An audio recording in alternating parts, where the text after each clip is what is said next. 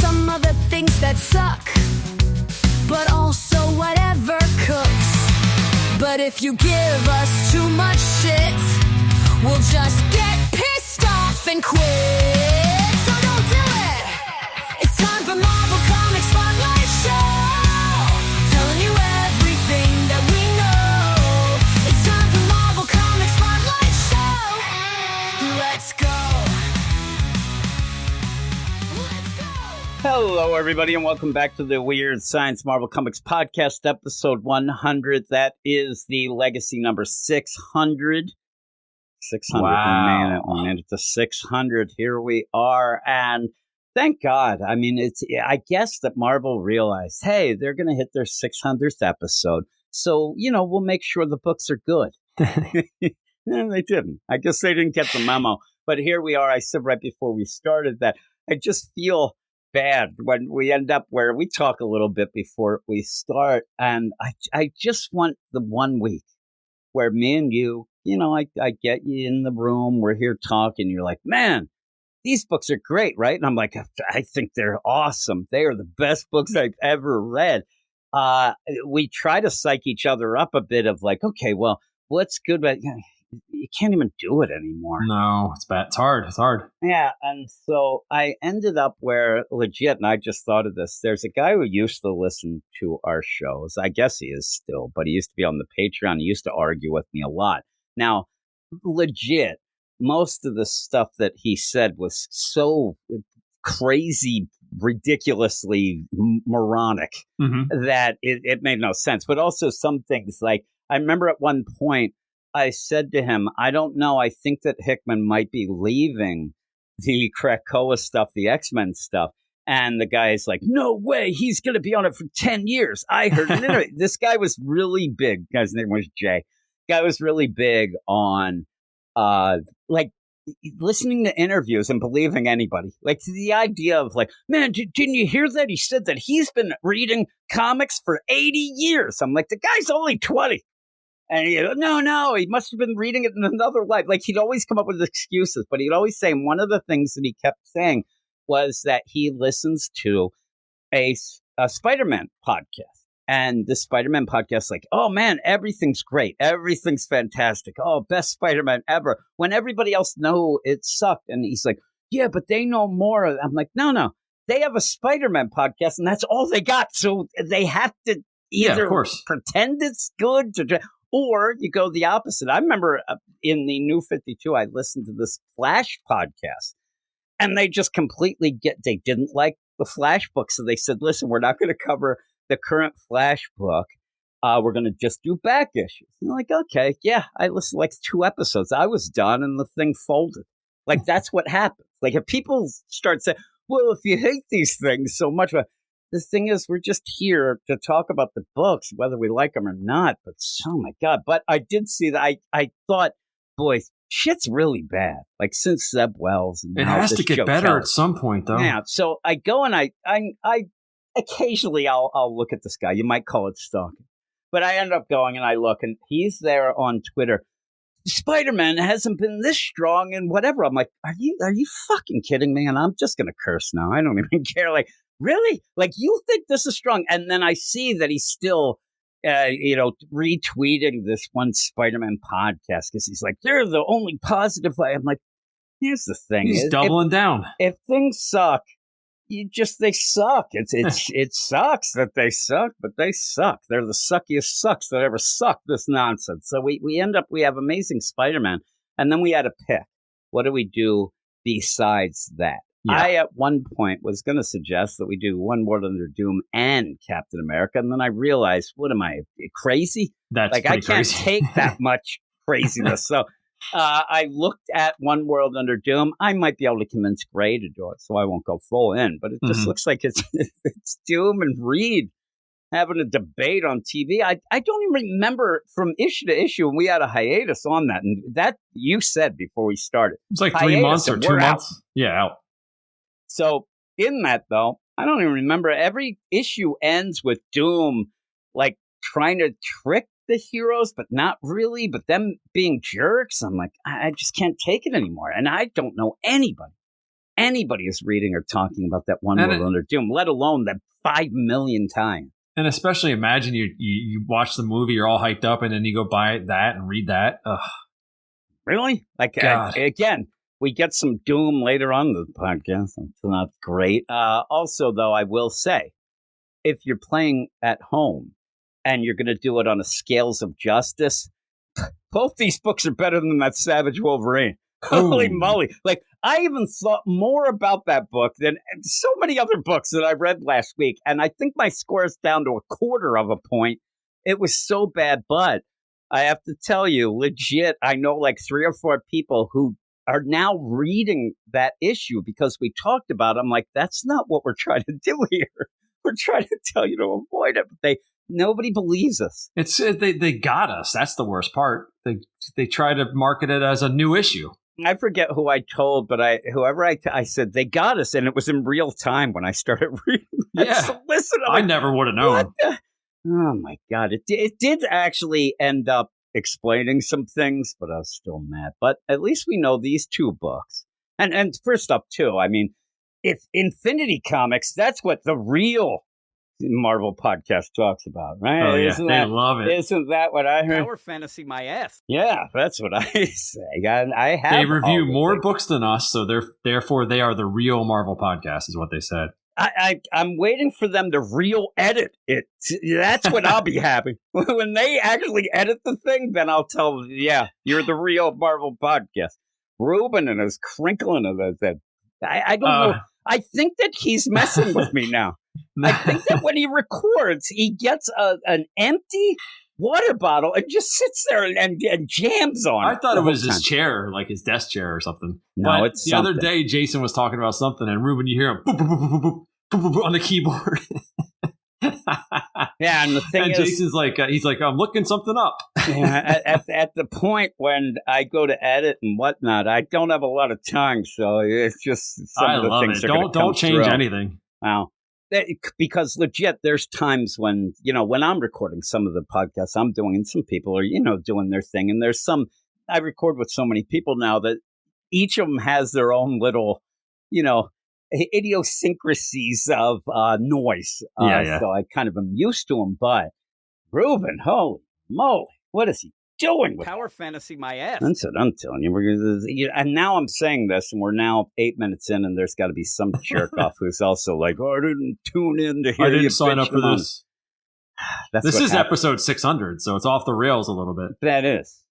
I feel like I'm a bit drunk, punch drunk from this stupid books. But yeah, last week on the Absolute show, some guy was pissed off, or 2 weeks ago, because me and Gray talked like 3 minutes of stuff before we went into a 50-minute review of Absolute Wonder Woman. The guy didn't want to, fast forward.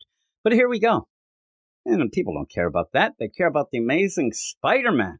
Hoo-wee, look at that cover. It looks like Spider-Man he got walloped by that whole Hellgate. I can't wait to see he's not in it. Hellgate isn't in this issue. It's really ridiculous. And when we get done these credits, I'm going to read the recap, and it makes me angry. Written by, and this is, Spider-Man 9, Legacy 973. Written by Joe Kelly, Michael Dowling on guest art. Weird to have a guest artist at a point where you already have 2 artists, and you're doing a Hellgate story that should be John Romita Jr., but I guess they wanted to do this side thing. Yeah, because maybe of Mary Jane. Is that what it was? Maybe John Romita has he's the only one that could do Hellgate or something. Yeah, but again, this should have been a Hellgate issue. They had to skip it because I guess he couldn't do it. Yeah, maybe. I mean, this is such a filler issue of just like random things happening that just, who cares? Yeah. Marty Garcia on colors. We're going to get a little bit personal with Marty Garcia a little later. I don't remember ever, dissing Marty Garcia, but some of some of these colors are nonsense. Letters by VC's Joe Caramagna. If you were sick of that stupid, smug picture of Peter on the credits page, you get another one that's just as bad. But also you get Aunt May. I'm guessing that at some point next birthday for Aunt May, they don't have enough candles in this world, because I think she's 700 years old, is what I say. Also, Norman shows up there's some weird things that happen in this issue, but here is the recap. And this is what's frustrating with this book, and frustrating, I think, with a lot of books. Hellgate, whole issue of him beating the crap out of Peter. He also showed up in that special for one page. Like, at this point, I feel like we should know something about him. Like, the idea of where the hell did he go? He punched Peter and then left. But wait, here, the Hellgate is open. And with that being of unknown origin, for unknown reasons. Terrible. Like, you Terrible can't, English. and you can't have this. You have to at least know something.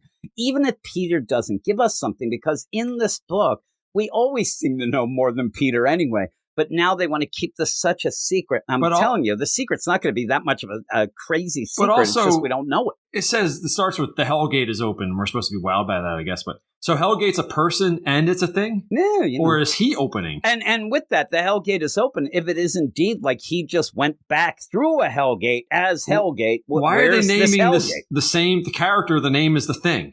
Why do that? Why even do anything with him? Demanded to test Spider-Man's strength.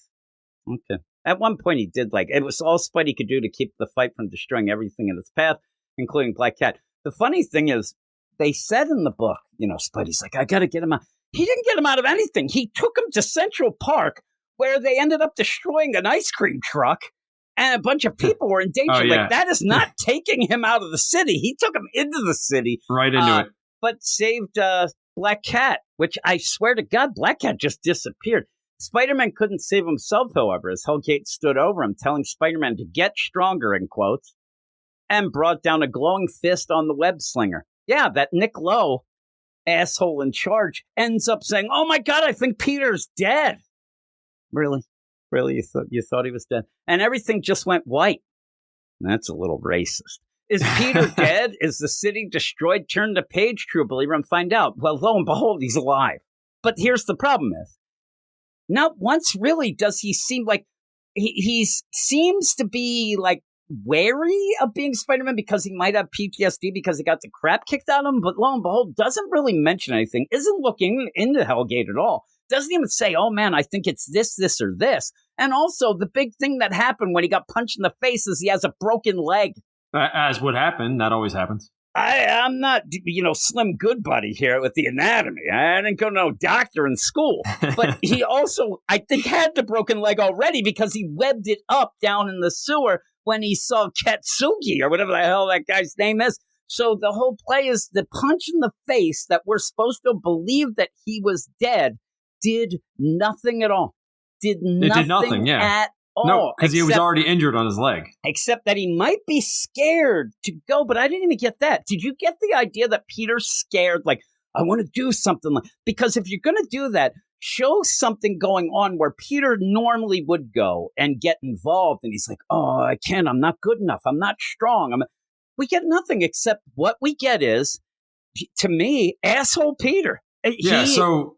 This isn't just like, is it just me? It's not just down on your luck, Peter. It seems like, F all of you. I'm what done this with is, this shit, Peter. It's Peter Parker with a concussion is what this is, because he's just acting so stupidly. Why don't they play that up? And I don't know. Without it, I think that he's just like, I think that what they're really trying to play, what Joe Kelly is trying to do is Peter thinks Peter Parker has it all going on now. I got this job because he kept saying that.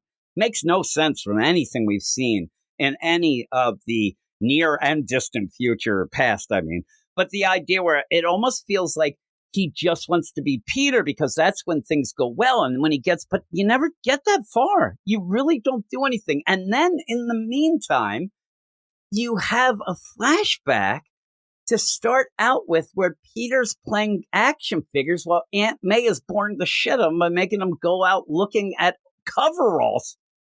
Aunt May in overalls? Yeah. I don't need to see that.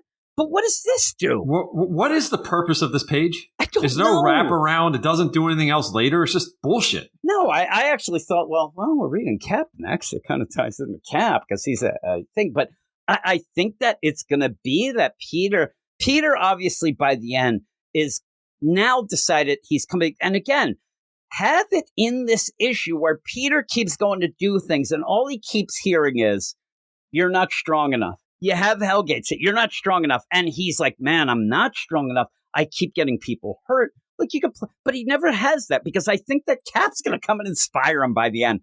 Because I think Peter's getting too violent. I don't know. It's just everything you don't want Peter to be. It seems that Joe Kelly's already done in this amount of issues. You have that Parker Luck. Oh, said Peter. Now it's like, F all you, I'm going to be violent. I just don't get it. Why is it that I'm reading Spider-Man and I don't like Peter? I don't like anything about him until later when he tells Mary Jane to go pound sand. That's what I like. But in the meantime, you don't really get because Peter doesn't want to go and do anything. You have even Jay Jonah. He's like, man, I've been trying to get a hold of that Spider-Man. Even then, he's like, this guy should be going out. I don't want to say his name, but it rhymes with Hider Man. Yeah, what is that? It's supposed to be a joke. It's barely, though. I mean, Hider? What is that? Like he's hiding, I guess? Yeah, that's what I think. And it rhymes with spider, so he says Hider because he's hiding. And, there's Peter with this broken leg. Then I thought, okay, well, you can't have Spider-Man with a broken leg, or somebody might put two and two together, but that doesn't even matter. It doesn't. At the end, he's just got these like Black Widow gauntlets. It's going to be crazier when he's healed, and like the next day he's healed, and everybody's like, "Where's your cast?" Yeah, you know? There you go. He is a quick healer. He's got to pretend, but yeah. So he's doing stupid dances with Brian in the meetings. I don't know what's going on here. That's what I'm saying. Anything that you have in this book is always there. That it's like they want to annoy you. Like, I don't need them doing, presentation. I mean, first off, these guys are dolts. And actually, they're not. They're dolts is what they are because they're, hey. And also the idea, I don't need a book that's centering on this guy with this mushroom experiment. Hey, look, you know what the best room is? A mushroom. Ah! And I thought they were making a heart for Instagram. Like, what are you, Blackpink? And then they're like, all right. And then also, like, then you get Brian who's like going and trying to. What was the hook him up with this other scientist lady? Other girl, and like, please don't have that be a thing. Yeah. And how about Brian? You just get a girlfriend. Whatever. Yeah, just Peter has alone. One. Yeah. Shay might be a little loose, it seems. I don't know. But it seemed like last issue they were kind of getting along a little bit. Yeah. But I just don't get it. And again, because we have now a guest artist. It doesn't mean, but it is changing the story a little. But we have a lot going on in this book so far, and none of it's good in my mind. Remember last issue, we were convinced. Me and Gray did it, but we were convinced that people would like the issue because there was a lot of fighting and things like that. But nothing happened. And then when you get into this, and it basically we don't even know how that Hellgate thing. He just punched him and left. We still don't know anything about it, and that's where again. Where I say there's too many people involved. I know it's one guy writing a story, but even you said it seems like John Romita Jr. is Hellgate, right? He has the rights to it, yeah. So you have just like Ed McGuinness had Rec Rap. Yeah, it's the same thing. So when you have it as a main thing, though, and something that big, the problem is that when John Romita Jr. isn't on the book, then it just gets shoved aside, and we have to wait. Yep. We have to wait until, and it might be, I didn't look at solicits, but we might have to wait a couple months now. Because we'll jump back and forth and we'll go through all the different things. This is like an example of like if you're reading this and you like John Romita Jr. and then this issue pops up, you're just mad. Yeah. And you're just angry. And that's the thing, too. Some people will, and I know a lot of people will like, because they like to diss John Romita Jr.'s art. And they'll say, oh, this Michael Delling's art's better. And it may be. The problem is, though, you can't deal with Hellgate because it's not John Romita Jr. So you just got to push that aside. And then it just is so infuriating. Then you have Dr. O.M. I thought she had the hots for Peter at one point, but she's telling Brian he's going to have to go to HR. I'm like, I don't need this stuff. This is not what I want. Well, how about this? Let's get it back to a monthly. Why is this coming out every 2 weeks? This is nonsense. How is it that it comes out 2 weeks and we get half the story for the month? It's just unnecessary. Yeah, and so again, Brian, he's okay, but not as a main focus. He needs to be, behind the scenes. Again, this isn't exactly the biggest thing, but this whole thing that we're going through here is based on Brian. It's really playing off of Brian. Then we go off of that. We leave Peter, and he goes. Norman comes over. Who I don't know. I think he definitely a Skrull. when you see him at the end with those ears, who is he, Spock? Holy crap, I thought his hair was bad. It's his ears. Look at those ears. He's a Vulcan now. Yeah, I'm telling you, he's a Skrull. He's not even trying to pretend. Holy moly. So he's there, hey, what's going on? We got to do this. And then he starts going through all the things that we're not getting as well. And when he says, someone tried to kill me and my would-be assassin, they're still at large. I'm like, nobody cares. Everything again. That's a thread that when it comes up, you have to be reminded of. Was that Hellgate that tried to kill him? Who was that again? No, I think it was just some other guy. I don't know. It was at that press weird conference, techno guy in the press conference, and then the idea that Norman really seems to negate the idea that he almost killed the guy, put him in a coma. Oh yeah, the Gold and then Goblin. they came to try to kill him. Maybe it was. I don't know. But again, there's just all this shit going on that. So it really, like, what happened? Norman comes to talk to him, gives him pretty much, hey there, tell me everything that I already know. He doesn't leave. At least he gave Norman a kind of normal haircut. Well, he did. For Norman, well, he does have the world's worst haircut in that's comics. The thing, though. We realize that he really needs longer hair to cover those ears. It's like, what's his name from Little House on the Prairie, Michael Landon. That guy had crazy ears. That's why he had that long-ass hair. Yeah, the long feathered hair. He covered that hair and covers up a lot. So you end up, and in this, Peter goes, hey, get away from me. Because, hey, have you spoken to your aunt? You need, like, Norman comes as a nice guy. Though, when he first shows up, it's all about him. But then he says, hey, are you okay? Like, you've been avoiding everyone. Have you talked to your aunt? And he goes, get away from me, Norman. Because nobody can mention the aunt to Peter. I mean, come on. Yeah. And then Peter says, don't bother me at work again, Norman. And I just get your hands off me. I want everybody in this book to tell him to go F himself.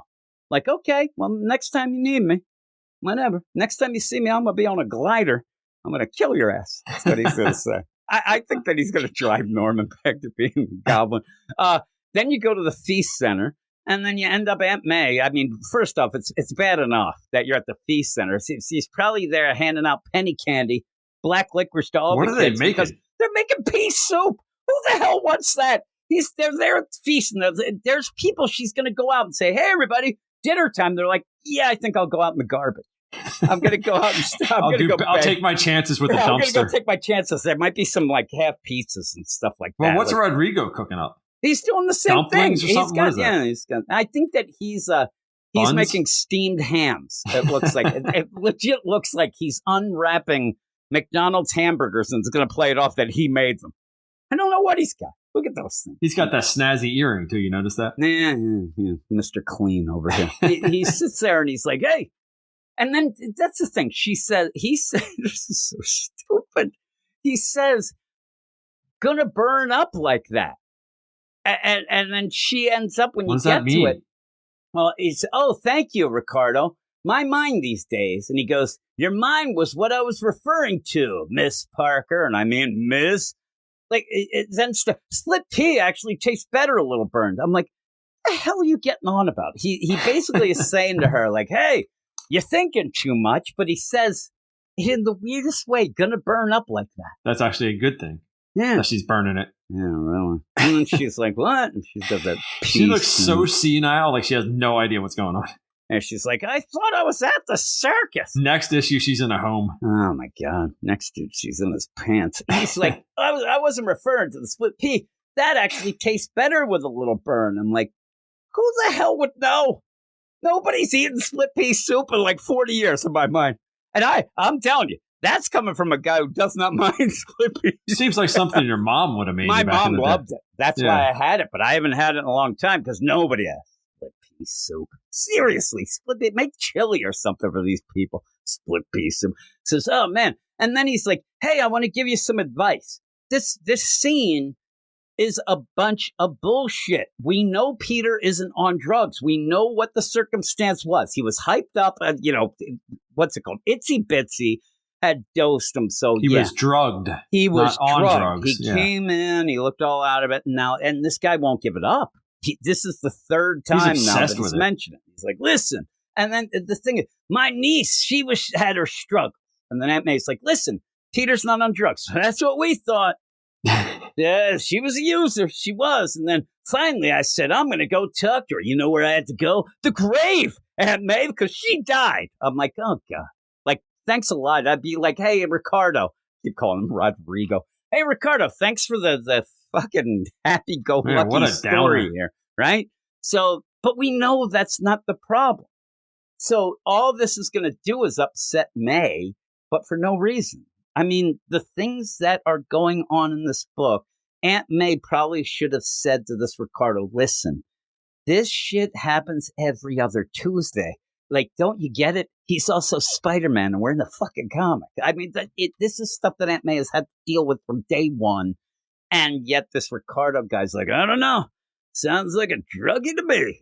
Like, it just makes me not like this guy. I think it's supposed to be like, make us like him. No. I don't like this guy. I don't like him at all. I don't guys, either. Guys, first off, commenting on fucking, I keep cursing. Yeah, I'm getting so angry, but pea soup. And then he's like, that Peter, that guy, he's on drugs. Whatever. Yeah, Aunt May's like, just shut your mouth. I just love the idea that Aunt May looks like 1,000 years old. Yeah, this guy looks like he should be getting some younger girls. I don't know.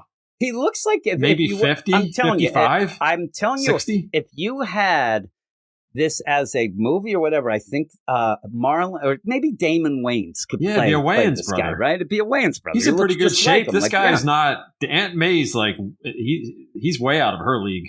I don't know what's going on here. He better not tell her to act her age or she'll die. But you then go off that. And speaking of which, when you end up having, this is Marty Garcia, the one couple panels, they're like white as ghosts. And then you go to the next page where then you have Tombstone, who is that look, and it comes off weird. But I didn't even, like this Tombstone, I don't know. He looks like he hit the fountain of youth. The guy looks like he's, lost like 5 years. And it just doesn't look like him. He's bulked up a little bit. He's a little chubby. Yeah, he is. That he is. So he ends up, well, times are good when you're the kingpin. But yeah, the Shocker guys who are flying around in a flying car. The one guy comes and gives the money that he owes to Tombstone for this upgrade. And he's like, man, nobody's ever paid me. I'm like, then why do you keep giving people money? You're not a very good businessman, Tombstone. But this guy's like, hey, I just want to be the new Shocker. How about it?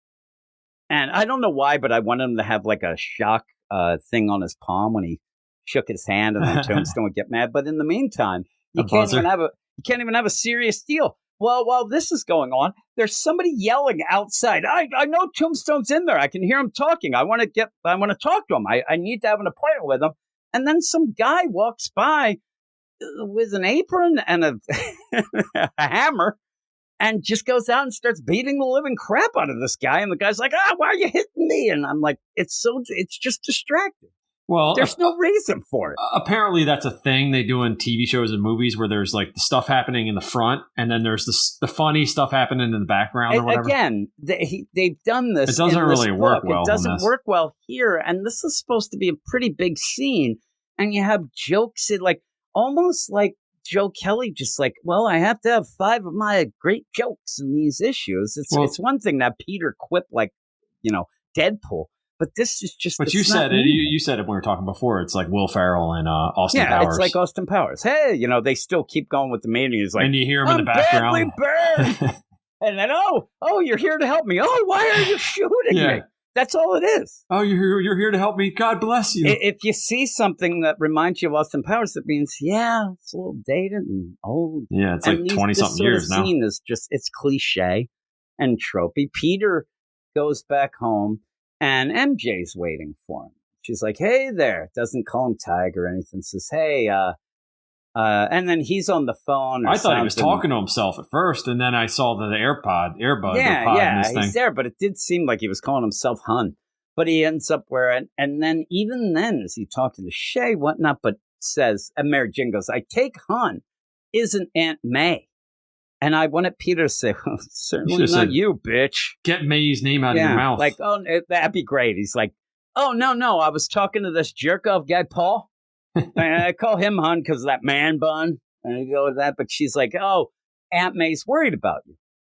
And Peter's like, well, who cares? He's already told Norman, the pal Sam, when he brought it up. And he's like, well, whatever. And then he goes, message received. But MJ, text me next time. I know a lot of people are going to be upset at this. I love it. I'm like, damn right, Peter. Tell her to go pound sand. Like, really make jokes to us. Like, sorry I didn't get caught in another dimension. Or actually say, hey, MJ, I thought things might work out with us too, but I guess you only go for genocidal maniacs now. Get the hell out of here. Because he says, just text me next time. And she goes, you even read those? The next thing you should say, yours? No. No, because you're a jerk. But, and by the way, what happened to those kids? So then she's like, oh, neither. I have something to tell you. Yeah. Yeah. And he's like, I'm not doing this. She goes, neither am I. I have something to tell you. You've always been a friend. That's what a dude wants to hear too. Right? Like, we've always been friends, Peter. It's like, not really. Not anymore. And then she's like, look at me. And it's Venom. She shows him Venom. She looks like she's like going to cry. Venom comes out. He looks like he's having a ball. And then he's just standing there. And you end up, she says, I need my friend. Venom says, we need you, Peter. And Peter goes, you two deserve each other. That's pretty good. That's the best part. And then Jay looks so sad. I'm like, screw you. I'm so bad. I mean, realistically, it is pretty annoying that would happen. Any of this would happen without Peter's approval or him being looped into the mix. I mean, any of this Venom stuff happening without telling Peter is ridiculous. Yeah, well, she told him, so he knows. Like at the beginning, I'm saying. Yeah. Well, I'm telling you, they would play this out that it's only been a little bit since it hasn't been months or anything. Yeah, so she's like, and he says, the way you were teeing that up, I thought you wanted to get back together. So him saying that kind of means like that's what he was hoping. But, it's like a double whammy. She doesn't want you, and also she's Venom. It's just... Yeah, really. That'd be funny if he's like, oh, man, I thought you were going to want to get back together. And Venom's like, I kind of do. He's like, let's go. Three-way action. Let's go, baby. Remember, Paul said he didn't want to be in a three-way. Now she's going back to Peter. But yeah, and then you go to Randy. She's definitely up to something with that symbiote. You go, sexually. Yeah. You go to Randy and Shay, and I've said it a bunch of times that those two are going to get together, but they're talking about Peter, and Randy's like, listen, you just don't get it. Peter doesn't ghost people. He's friends with everybody. And then suddenly, rocket car with Shocker. Oh, Shockers come flying through. Nobody would care about this. And it's just like destroying everything in a New York City street. And then you have old Kintsugi. Kintsugi. And this is the thing where this Kintsugi is there. I can barely remember his name. Oh, he's the guy totally forgettable. Nothing. And Shay has heard of him. Shay goes, Captain Kintsugi, I think. Like, really? How would you know that? There's no way. First of all, it's Japanese name. She's not familiar with that. She wouldn't remember Nobody's reporting on this guy who was there for a second when Peter was fighting Elgate. But how would they know his name? I guess, who would have been recording it? But he's there with this crazy look. But then Captain America shield. Again, he kind of gets the crap kicked out of him by a bunch of low-rent shockers. Like, who cares? The guy can't do anything. And then they start yelling, look, he's just a kid. He starts talking again about kind of being from another time or timeline. And then it's at the end. He's like, oh, my God, what's going on? And Peter threw this again. This is where you get that whole thing. I can't lose again. I can't lose. But I never get that feeling of him doing any of this stuff, because just an issue ago, we were told that everything was coming up Peter Parker. He said it's been the greatest ever. To then make you seem to think, oh, now things are going bad. It was never good. And now he's there. Woe is me.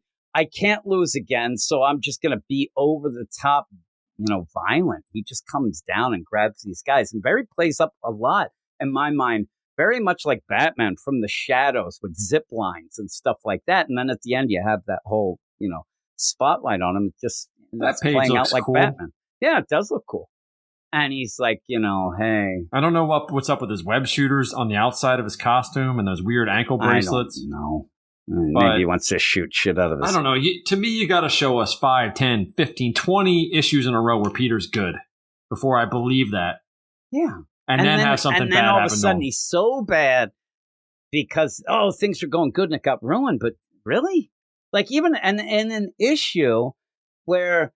you're trying to show, but here's the things that are going bad now. Mary Jane, that's just been bad for a year now. Years, yeah. Shay, kind of dating other people, that's been going on. The only thing that happened was a guy in Centaurian armor came out of nowhere and beat the crap out of you, I think mainly because you weren't taking him seriously. You kept saying, oh man, it's like the D&D. What's he from he was the Lord just of the messing Rings? around with them Hey the whole time. there. What did he call him? Hey there. It's like Coward the Howard the Howard Coward. the Coward, Like, yeah. that's what happens when you say stupid shit like that. You get Get slapped. the crap beat out of you. Yeah, and that's what it feels like. It feels like it just, nothing has weight to it. You end an last issue where, oh my God, Nick Lowe thinks that Peter died and says, man, this Hellgate's done something nobody's ever done. But somebody did a bunch of times 5 months ago. And in this, you do end up having Jay Jonah where he's doing his threats and menaces, I guess. But he's like, man, these gangs are running rampant. I don't know. We've never seen it in the city like this with the gangs not being able to be controlled. We just had gang war where they took over the entire city. Not just shockers going around on a George Jetson car. If we had gang war now, there would be a section for shockers on the map. Yeah, shockers. That's what I'm saying. The idea that gang war it was nothing but 3 shockers going around on a flying car. All of a sudden, it's the end be all end all. It just stops. So that's saying that Tombstone has flying cars, I guess, because they're working for him. So I don't know if they just bought them or whatever. They just had their own ride. Yeah, Reed sold them. Reed's like, I need some extra money. We didn't realize Reed's gotten hooked on the H. He needs some extra money. But yeah, so it's just like, it's weird. This whole book itself is just a bunch of things happening that I don't really care about. They're part of the book, but I don't care about Norman and this assassin. I don't care about Kintsugi. I don't care about shockers with Tombstone. There's a lot, like, I want to know who this Hellgate is and what's going on. And lo and behold, after almost dying is what we're supposed to believe, he had a broken leg. And that didn't even play out as anything. Like, what did that do? And him and Brian making that's the thing. They're making mushroom houses and they're like, this will be great. And then the one girl's like, hey, the science doesn't work. I'm like, do we need to know that? Who cares? Like, yeah, who cares? I still think that the Ohm is going to be a villain named Mom down the line. There's going to be some crazy shit coming down. But even then, we find out that Brian, he has to go see HR and go to sensitivity training. That does not shock me at all. Like with an issue with the shocker, that's the least shocking thing. That guy seems sus from day one. But what would you give this? I would give this a 3. Yeah. I don't like it at all. I'm starting to just not like it. Like, even when you have things that like, well, there's this, or it could get better. It's getting, in a way, worse than Zeb Wells stuff, because all I can think of is that Zeb Wells was terrible, right? But I think he might have been trying. He just didn't do a good job. I don't even think Joe Kelly's trying. These guys don't have a shot. And Nick Lowe's involved, they're done. And it seems like it's just Nick. Maybe this is Nick Lowe saying, here's the outline. And then Joe Kelly's like, yeah, I'll just get a paycheck. I'll just write a little dialogue in between. It's like just work for the hire. worst version of the Marvel method ever. And the creative team not involved. It's just Nick Lowe who something's going on, and it's bad. Something's going on. Control. Nothing's going on. He's too controlled. So by that, you're losing control. Yeah, and then in the end, here he is. What the heck is going on, webheads? I'm like, that's what I'm wondering. Keep on whipping and all this stuff. Peter's alive, but with a broken leg? He had one. And that, you saying that is what's the problem. Peter's alive, but with a broken leg. Yeah. How the hell does that happen? He got punched in the face. He's not talking to Aunt May or his friends. He's got a girlfriend who isn't Shay. No, he doesn't. They were trying to set him up and he might go up, but that's not that. And then he goes on to say that they're called aftershocks. Shockers, aftershocks. Yeah. It wasn't mentioned in the book, was it? No, I think they might have said that these things are called aftershocks? I think they said it maybe to Kintsugi real quick. Okay, I mean, but even then, neither J. Jonah Jameson nor Norman Osborn can get him back into saving friendly neighborhoods. Like, okay, like you're pointing out everything that's wrong. He's got a broken leg and maybe a spirit so broken that not even seeing that MJ is Venom shakes him out of it. Or maybe it shook him too hard because he's beating the ever-loving crap out of one of the Shockers aftershocks. That's the other thing, too. You don't really get that much. in there either. He zips him up and then he's down there. The guy looks a little beat up, but I hope you're not as thrown as your friendly neighborhood Spidey editor. Let's talk about some less troubling issues. Everything I read, I just want to punch something. Yeah. 3. That's you too? 3? I'm telling you, once I read his shit, I'm going to put it down. Yeah, keep swipping. Keep losing. That's what I say to him. Just keep doing it. Keep running this into the ground. Later on, we're going to find out that they just wanted to... He has an evil plan where he wants to lessen Spider-Man so much that he could buy him himself or something. It really feels like somebody throwing his stocks. There's some insider trading going on, yeah, somehow. I don't even understand that stuff. But we'll go to the next book if you're still around. Misery. Well, Misery loves company, so here comes the next one. It is Captain America. Me and you didn't love the first issue. We're kind of confused with what's going on. I like this one even less, and legit, I think that if next one is as bad as these are, and I'm not saying bad in the way that Spider-Man is, I'm saying that I'm bored. I don't care. Any of this does not have any sort of, in my mind, any zing, any sort of sizzle at all. You just keep sitting there thinking like, Cap, what are you doing? Like, why is this ginger bossing you around? And I get it. He just came out of the ice, but it's still, I don't know why. And we'll get into the idea of the overall concept and how people were worried about Chip Zdarsky and maybe some politics. And again, it's Cap. There's going to be politics. There's always politics in comics. But the thing is, doesn't mean you have to like it. And it doesn't mean that that's always good. And I don't think this has been done very well. Written by Chip Zdarsky, art by Valerio Schiti. Shitty in my mind. Color, the art's okay. The guy just badmouthed me once on Twitter. I won't let him ever forget, though he'll never know. Color art by Frank Martin. There's no way he's sitting there thinking about it like I am. Letters by VC's Joe Caramani. So what we have is while Cap was in the ice, and also kind of that, that sliding timeline and stuff. So what you're going to get in this, first off, is not really going to make much sense for a lot of things that you've read or are reading. Because this is a Cap that kind of came about after 9/11. And in the meantime, at that point, the whole world wanted their own caps and America wanted this symbol and whatnot. So they went and made this other guy a Captain America. And I was worried right away that the guy doesn't seem like he's bad. It's just that I think at the point when Cap is in this, we see that the guy was all gung-ho. I think he's a bit jaded. And there's Cap of good old Captain America. Look at me. I fight bad and it's black and white. And that's what the whole thing to me is going to and is coming down to the idea that during Cap's time in World War II, we thought that the enemy, black and white, Hitler, most like, the Axis and Allies. It was clear cut. Cap fought the bad guys. He punched Hitler, all that. But now it's a gray area. And when you think you're doing good, you might not be doing good. And also, when you take basically what you get in this issue already is the idea, if you end up taking down Hitler, you're going to get super Hitler. Like, you know what I mean? Like the idea of that. And Cap just doesn't understand it. He's a guy who's behind the times. And it's not interesting to me. It really isn't. And I know, again, that there's politics and things, but there, you know what? There's a lot of nowadays that there weren't like 10 years ago. Politics.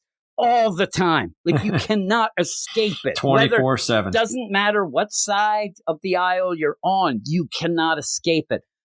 I used to kind of like escaping it. And comics are a way to do it. Cap, I'm telling you, you might have, but you even said to me, like, Cap fighting Serpent Society, Red Skulls, whatever. Sign me up. You can just end up, you can allude to things. You can play like, I see what he's doing, whatever. But make it fun. Make it, whatever. And you're coming out of a bunch of Cap books that really were slogs because they kept doing what this book is now doing again. It's like Chip Zdarsky did not understand that the Cap books have not worked recently because it's either they're embarrassed to write Cap or it's just the same old thing of, Cap doesn't realize and this and that. I can't take it. I agree, man. And spoiling it, I guess, but having Doom involved is... Do we need Doom in another book? No. And everything's Doom. Because you get things in this where it is, Cap thinks everything's black and white. I'm going to go and get these guys, and I'm going to get this. And Doom is like the current. And again, what you're having at the end of this is Doom actually saying, "Don't you get it? Like Doom's bad. Cap is so against Doom. Doom's a fascist. We're going to take him down." And then when he gets to Doom, Doom's like, "Oh my God, there's Cap. I mean, you're great. You took down He's Hitler." like a fanboy or something. It's like, you were the best. Like, I hate Hitler. Everybody, like, and then it's like, wait a minute. He's supposed to be bad, but it's just the, those gray area things like that. I kind of want the book where we get back to where some other guy's yelling, "You don't understand. It's not like," and it ends up being that. Like, no, it's Red Skull, and beat the crap out of him. Yeah, I think it would have been more interesting if it was Red Skull instead of Dr. Doom. And yeah, but again, I think that there's a really bad problem right now in our, lay of the land now. And I hate to say it, but I think these characters have all been around too much, and these writers nowadays, and I like Chip Zdarsky, I just don't think they're good enough to come up with any new stories. It is always a rehash of something. It's always, and again, some people will be mad saying, "Oh man, you're just mad because this is a smart book." It's not smart. It's playing the same damn thing that we always get. And I just want fun. And I know that, things aren't always fun, but if you want, I'm telling you, you want to have people yelling and screaming about bad, good, and whatever, and I could send you a lot of places that you could see that nowadays. Oh, yeah. I kind of want the comics to be where I can tune out a lot of stuff for 20 minutes, and maybe it's just Cap isn't for me now. Maybe there's just no way that you're going to write it, but I do think that like somebody like a Jeremy Adams might be able to do something very fun, or even if it was like a Jeff Johns, like that could be okay. I know that, again, I say that, and then some people argue with me about that. I just don't care anymore. But here's all that. Here is the beginning. A week has passed since Captain America was freed from the ice. Though the Avengers sought to recruit him, he instead chose to join back with the army under General Thaddeus Ross. His first mission was to rescue diplomats held hostage in Latveria by dictator Victor von Doom, burgeoning dictator Victor von Doom. So that puts his timeline new, too. Yeah, that's the thing, though. This is still, you have flashbacks in this, but I think the whole book is still a flashback, and I just don't see the other Marvel comics adapting to this timeline. It just doesn't work for me. Alongside New Howling Commando, Slate and Chill. Well, where's General Fury and his... And he's not involved. Duggan. He doesn't want anything to do. We have Slate and Chill. Slate and Chill. It sounds like what a bunch of idiots do every weekend. I don't even know what that means. It means that they get high. I don't know. It's Captain America, but someone else took up the mantle in his absence. That's not the thing. Somebody didn't take it up. They gave it to him. They hired him. Yeah, he's it. And again, they're showing him as a good dude back in the day. It's just going to be that, war changes a man, And I saw some things. I thought things were cut and dry. I thought they were black and white because I was Captain America. But I don't have a Hitler to punch. That's all it's going to be. And if it's not, let me know, because I won't be reading it. But you end up where you see him back in the thing. You have him throwing candy at all the kids. And he's like, hey there, buddy. Like they have that translator there. And he's like, hey, why aren't you happy? You should be happy. There's democracy. Listen here. Democracy ain't made by giving Kit Kats to the kids. I'm just going to make up my own things. And he's like, this is just the same. You don't understand. I was here when the Soviets were here, and that's what they said. And this is bullshit, and I'm going to go off. See you later, sucker. And he goes, why don't you shave your beard? He's like, it's kind of a religious thing, you asshole. But he goes off, and as it goes on and we kind of interconnect, we find out that this guy then goes to find this guy. And you think that this guy is going to be shown as a bad, like, oh, no, he was for the Taliban or whatever. No, he realizes if the Taliban are gone, then the guys who were in control before, they're going to come back, and they were assholes. That's why we accepted I get it.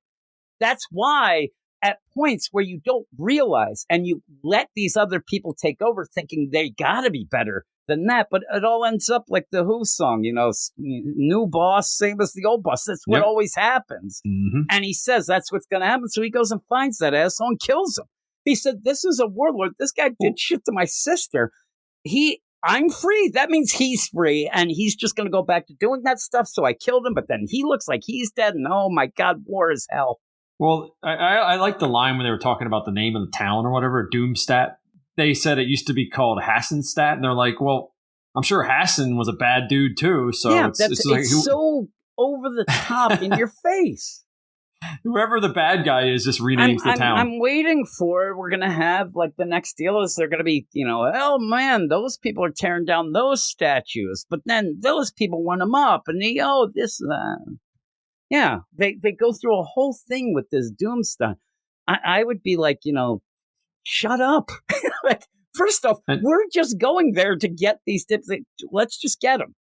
And then Cap's going to do other things because then they get involved. But we'll get into that because, this guy ends up where this guy goes and kills this warlord because he knows if he's free, that guy's going to come back into power and he's worse or just as bad and nothing changes. And this is how things are. Also, the idea of going into a place where you do not understand. That's stressed with the idea of you just got here. I live here. Like, it would be the idea of just suddenly some guy from France just comes over to, the U.S. and starts yelling at us about stuff or whatever. We kind of know what's going on. But, so they go, and then you have Slate and Chill, who are like the most generic characters. You don't know anything about these guys. They end up going into Latveria. You barely, like, everything is just almost like surface level. You don't get anything. They land in a forest, and there's a Doombot. You know it's a Doombot. Doom's not going to be there to fight him. And he's never there. But in fact, it's a Doombot that's working for the Resistance. So then change its outfit. Like, take the cloak off and make it put it in a military outfit. Program this thing that it doesn't attack Captain America. When he's Americans, come with. They're there to it's fucking help him. him. Yeah, they're there to help him. And yet this guy, I think he was trying to punk him. He's like, all right, let me reprogram this thing. Oh, man, Cap's going to love this joke. Attack Captain America. But which one? And Chill's dressed up like Vigilante from DC Comics. Yeah. Or Snake Eyes, one of those two. Chill and Slate. Yes. I thought when she said Doomstat Chill, like but is that she's actually talking about the guy named Chill. So confusing. Yeah, that's the worst because you keep yelling, hey, Chill, and then you'd be like, the hell are you talking about? I'm pretty chill. No, I was talking to him. Oh, that guy. Yeah, so they're there, and you have this fight, which means nothing. Then the guy pulls a gun. This guy knows that they're coming to help him. I don't like this guy. And he pulls a gun. Smiling too much. I was told you'd be... and then Cap flips him. I wish Cap just... dental plan activated. Just knock the guy's teeth out. And he's like, whoa, didn't you realize I'm the good guy? He's like, oh, I realized that you sicked the... Yeah, so you're just playing jokes on us? What's going on here, that's dude? what I'm saying. You're in Latveria, and the guy thinks it's funny for a Doombot to attack. So then all these other people, of course, it's like Little John and his merry men suddenly come out. Where were they before to tell that Doombot to stop? Like, legit, what happened if that Doombot just accidentally killed Cap? Like, what would you do? I don't know. Man. So then you go back to, the idea of Afghanistan and stuff like that, because as this guy was going, also he's like, oh, I can't fight this guy who's guarding this house because the orders this and that and the other thing. He knocks this guy out, but then that's where he finds out that this guy ends up shot. He's gonna die, but he ended up killing that guy that would be free, and he doesn't care. And then you go back to this resistance. I'm telling you too, like this guy. Obviously, you're playing up the French resistance during World War II, so Cap's kind of in his element, whatnot. But I'm like, well, who are these guys? Again, and with Doom, you are going into a sovereign nation that you're going to give this guy a bunch of weapons and shit, and Cap doesn't care about that. But he's like, man, we can help out, and we're going to go kick his ass. And there's that big thing of, are we here to take down a government? Are we not? What are we playing at? What are we trying to get? And I'm like, I'm just not that interested. I'm not interested in it. It seems like more CIA stuff that's going on than anything here. I don't know. Even it's like it's covert black ops shit. Even when they say, listen, if things go wrong, he's getting the hell out of here and we're done. He's going to scrub everything. They're not even going to say that they even know who we are and whatnot. Even though, again, if you're doing that, don't go around with the big A and the thing in your Captain America shields, but they have this Doombot that's going to let him into the castle. And that's where Steve goes off with this resistance guy. He says, hey, I'm going to, go and help this guy. We'll be the distraction. We'll fight Doom. While the distraction's going, you get our, council people, whatever, the diplomats, you get them out. And then you have like lines like, I don't know, I think that this guy's going to cause us a lot of trouble. And that's what you get. I don't, 2 issues in, I don't give a rat's ass about this other Cap because we don't really get anything. We don't need them. No. And Slate and Chill, I only know their names because it's a joke. I don't care about them. I really don't. And Steve is just not doing much. He's just walking around. He's learning about, there's satellites now, and there's the different technologies. I'm learning waiting about for that. him. I'm serious. What is this horseless carriage? Yeah, the horseless carriage. Cap, they had cars when you. Oh, yeah. So, what is this thing with people in the box? Like, I need all of them. We were talking about this last week on the DC show. It's one of my favorite tropes. What is this? Like, I need them to, they're like, hey, Cap, the doctor. A woman doctor? Holy moly. It's that explodes. He's like, I can't believe it. But then he starts, Cap's there, and he wants to take down Doom because he's like, man, Hitler was pretty bad, but they never caught him. You know what caught him? A bullet. Like, the idea that he thinks, Hitler got away. He didn't. In a sense, he got away. To justice, but that's why he stops this guy from getting. It's the worst. Like, if this is legit and all the things that could have been saved from it, boy, Cap, you messed up. You just done take messed him out, up. Cap. Yeah, he had the shot. The guy's even going through, first off, he's going through too much of a list of people. He's like, this is free. He goes down a list of 20 people, I think. But then Cap's like, you ain't going to do this. We're going to have him face justice. And then as Doom then starts using all of his magic shit. And that's the actual Doom? Yeah, Doing that's that? the one. He was eating dinner. I want this guy to be yelling, what the hell? I could have killed him as he's getting thrown around like it's the poltergeist. But yeah, and he ends up where he sees it's Cap, and he's like, holy shit, it's Cap? Pretty cool. I think that guy's dead. His neck's broken, it looks like. Yeah. Yeah, might be. So there you go. There you go, Doom. So Doom's all happy. He's like, man, Victor Von Doom and the Nation of Let very welcome you as a hero. I like that it has the ellipsis. Like that would be. So is the Doombot the one fighting him? Because there's two Dooms at the end. The Doombot that was their friend or a different one? No, I think that maybe it was the other one that was Doom always has a dupe. But that's the thing about Doom. It's always Doombots. It's just, there's never the real guy. We need the story where Ben Grimm is snaps the neck of this Doombot. It's actually Doom. He's like, oh shit, he gets arrested. I thought it was a Doombot. It's always a Doombot. There's also those weird stories where all of a sudden they take the mask and it's citizens and now they done screwed up. Yeah. Yeah. So 2 issues in, I'm really not that interested. I'm not. I know, again, I think that there are books that will get good reviews even when they're not that good, and this is one of them, but it'll dry up. It'll end up drying up because people will just get sick of it. I think Chip could do something, but he's going to have to abandon this fast. Yeah, I think that this is going to be for a bit. Then it's at done. Least then, 5, for me, 6 issues, and yeah. I'm telling you though, that Twilight, the Avengers Twilight, that was okay. It started out a little shady for me. It got a little better, but it still felt at the end that there was a lot missing. But his Batman run, I think, sucked balls. And there were some decent issues, but overall, I'm telling you, that thing had that Gotham War. It also had that multiversal the Bat God or whatever. Yeah, that was one thing when he jumped off the moon. Yeah. That was one moment. Chip Zdarsky could have Cap jump out of the moon, off the moon. I know that Eric, once he got to the Eric hated it even more than me. He liked Azur and R and all that stuff. And what's that other thing? What's the robot's name? He liked that. Failsafe. Yeah, Failsafe.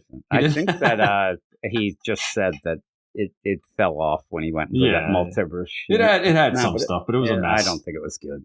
And nobody even talked about it. I think that Chip Zdarsky even said that it lowered his overall deal. Writing Batman, his cachet made him less. I don't know. I was telling you earlier, I think this would have been a good Ultimate Captain America. But it's not, because we got that other crappy version. But stuff feels like Dennis Camp's Ultimate's bullshit too. Yeah, it feels like that. Yeah, it does. What would you give it? 4. Yeah, I'll go 4 as well. I mean, it's just more boring. I like Chip Zdarsky, just not recently, and I guess the problem. I'm really not interested in the story and how it's being set up with this other Cap. And again, we've had a lot of times. We had Riding the Rails Cap. We had all those, but this seems different. It seems different. It's like, oh, well, it's not as forced, but we're not getting anything. I'm like, I'm not learning anything about this other Cap. And Cap just seems to want to follow orders from this guy without asking one question. You know, the big play might be like, hey, what do you think about being Captain America? Pretty cool, right? But no, they just kind of... And a lot of it for me, too, is the art style. I don't like it. It reminds me of, what's his name from Ultimate Spider-Man? Yeah, I don't you like don't it. like Marco Cicchetto. I guess I just don't like Italian artists or whatever. I don't know. I think that this is, it kind of plays out very drab, but that's a coloring thing, too. It doesn't... Everything is very... It doesn't make me feel good about it. It just gives me like a sour feel taste exciting. or something. It actually makes me tired. Yeah, it's something about it that rubs me the wrong way. I don't like it. Well, there you go. People Thus, can be mad, 4. but I did not have a great time with it. But we'll move on. Hopefully, Gray will join me. As I said last week, I never know if he is or not, but if he is, we have a bunch You of also books. have X-Men, too. Yeah. Ultimate X-Men. Ultimate X-Men. Me and Jason will be You'll talking do a about nice that. deep dive on we that. haven't even been liking that recently. And it just came out 2 weeks ago, too, didn't it? Power fantasy my ass. Yeah, we're not talking about Power Fantasy, but yeah, I'll be joined by Jason. So we'll at least do that. Hopefully me and Gray will talk about a couple books. Maybe we'll find one that's good. But with that, thanks for joining me as always, Matt. Yep. And we'll move on to Jason right about now. And we're going to continue on with Jason. What up, Jason? Hey, Jim. Nice to talk to you. Oh, it's lovely talking to you, by the way. Here we are. And here's the thing. I don't know. We've been saying mean things about each other in the podcast. We're not on just together. Yelling but and screaming. Now suddenly we're all cordial. You know, that's what happens. when you're confronted by your hatefulness, you have to end up being cordial. You have to pretend. I forget this week I do end up because you end up where you have the sound, but I think I got rid of it though about the pound, but then I was laying in on it and yelling more and oh my goodness, we had a bunch of things. But really what we usually have to say on our side of the things is any book that we don't like, we want to push on you and Ruben. But in the meantime, me and you do have a book that we do like, or do we? Because I actually even have people now that when it's a week with Ultimate X-Men come out, they actually use us as like the barometer where they say, is it better? And I always say to them, we haven't done it yet. I haven't read it yet. A couple people this week asked because they've actually not been enjoying it with us and they're just hoping. But it seems like they want us to like it. If we like it, then they'll go. I don't know if that meant they dropped it. And because there's not that many issues left. No, 6 more wouldn't issues drop after it at this point. You've gone through the Mr. war What's his with name this, to be right? believed. Yeah, the Zach Davidson when he said that. Yeah, so we get it, and lo and behold, we have a weird issue this time that actually feels like it has some weight to it because we cheated a little. Oh, more than a little. I'm glad. If we would have gotten, we wouldn't have dropped it. But if I would have read it and they're like, "Woo, that battle, what a crazy thing," I'd be like, "Oh, well, you can't do that." But lo and behold, the recent issue of Ultimate Spider-Man didn't quite cheat like this, but had a flashback. He ended up right at the beginning having a flashback. Spider-Man, you're beginning in August, and then you're having a little bit of almost like a frame story, and then you're flashing back to what happened in July. With this, we're just continuing right on. It's still in July for 8 pages. I'm fine with it. I'm fine with it too, but I like when they say out. When they say now in August, I'm like, yep, you completely cheated. I was waiting for it to think that it was, this is just a flashback of some sort. They'd go in August and then you'd have somebody and that's what happened. Flashback, or they were there right before midnight on July 31st. Yeah, because, we've said it. The whole idea of having it month, and going in the month that you're having the issue come out, it has really ruined a lot of really good cliffhangers. It's ruined a lot of the momentum of the book, so I'm glad that they end up doing. You had to. This was the biggest thing. It's the big battle. You set it up. You can't just say, "Oh yeah, that was crazy." And there's a lot of things that happen. Yeah. So it is written by Peach Momoko, and it is Ultimate X-Men number 18, written by and art by Peach Momoko, script adaptation by Zach Davison, letters by VC's Travis Lanham. And yeah, I was glad. When we go into it, and I'm like, "Oh, this is good." And you had told me before I read it. But I had actually heard, again, I hear from 4 other people that end up getting a hold of me to ask what we thought, but also they've read it, but they wonder. And the guy's one person right away said, yeah, they kind of cheated. Yeah, I didn't want to spoil anything. I just, what did I just say? I just text you, they cheated this week. I think that's all I said. I'm like, I'm fine with it. I'm fine. And when we go in and you see, okay, yeah, we're picking up right from where we were. And I'm like, finally, finally, because this was a big deal. Now, with that, we find out a bunch of things, but I just want to mention, just right off the bat, that I was right, that Natsu was back. I told you that it had to be her with that crazy, eye beam coming out, which I was excited about, but I think they're kind of negating the idea that she killed her mother a little too much. Like, nobody seems to care about that. Yeah, she's gotten over it pretty quick. Yeah, and the friends don't seem bothered by it. I actually thought that maybe in a weird way we were going to get a flashback there, and it was that Mori ended up going to see Natsu at the house and used her crazy regeneration blood to heal the mother, and the mother wasn't. I was waiting for it by the end. I thought, oh my God, seems like probably not in time. No, she's dead. So in that, I thought Meister was dead too. I'm like, this is pretty crazy, but we end up having a lot of stuff hit.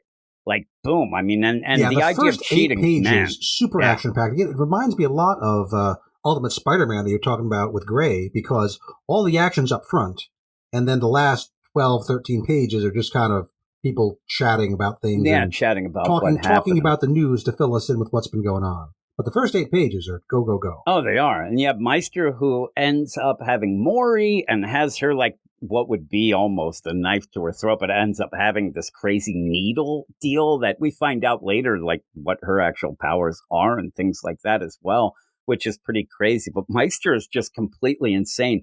He ends up getting blasted. And I was like, okay, it looks like his cape got hit, but boy, he's reacting crazy. And then at the one point, he's just got like 5 holes in him. I'm like, oh my God, this is crazy. But so just to remind people where we're starting off is that the girls kind of raided the cult headquarters to try to rescue Hisako.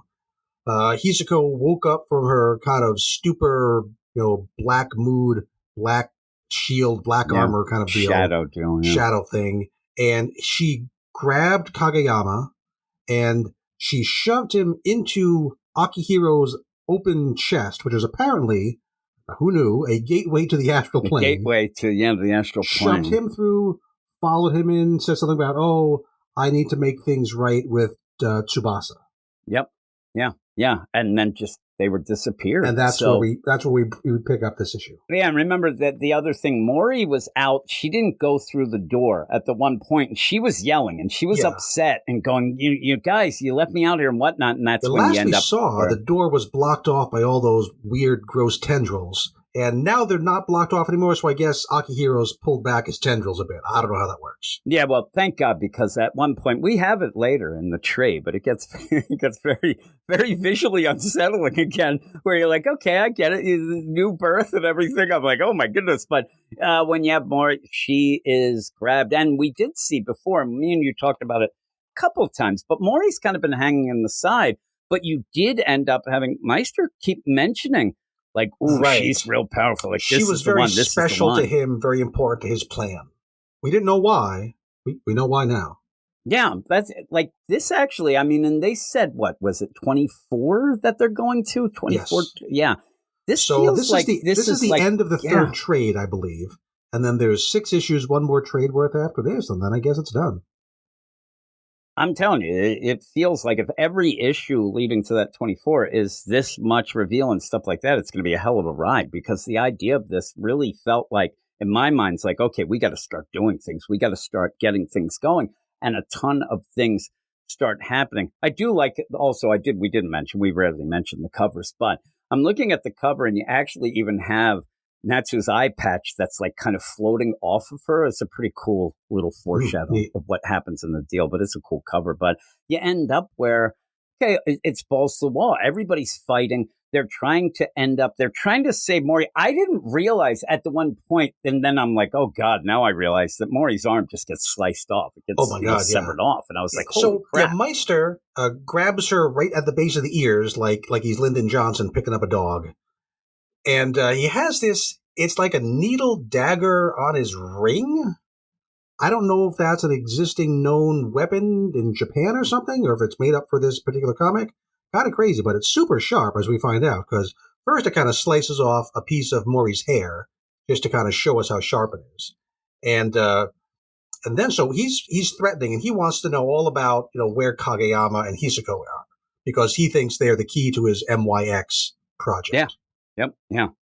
Yeah. And he's pissed off, and he wants, and again, and they tell him. don't They tell really him know, but they he's tell him as inside much as they Akihiro. know. Yeah, and they're like, they're in there, and he So doesn't believe it. He didn't know that Akihiro. He knows Akihiro's got some weird, crazy powers.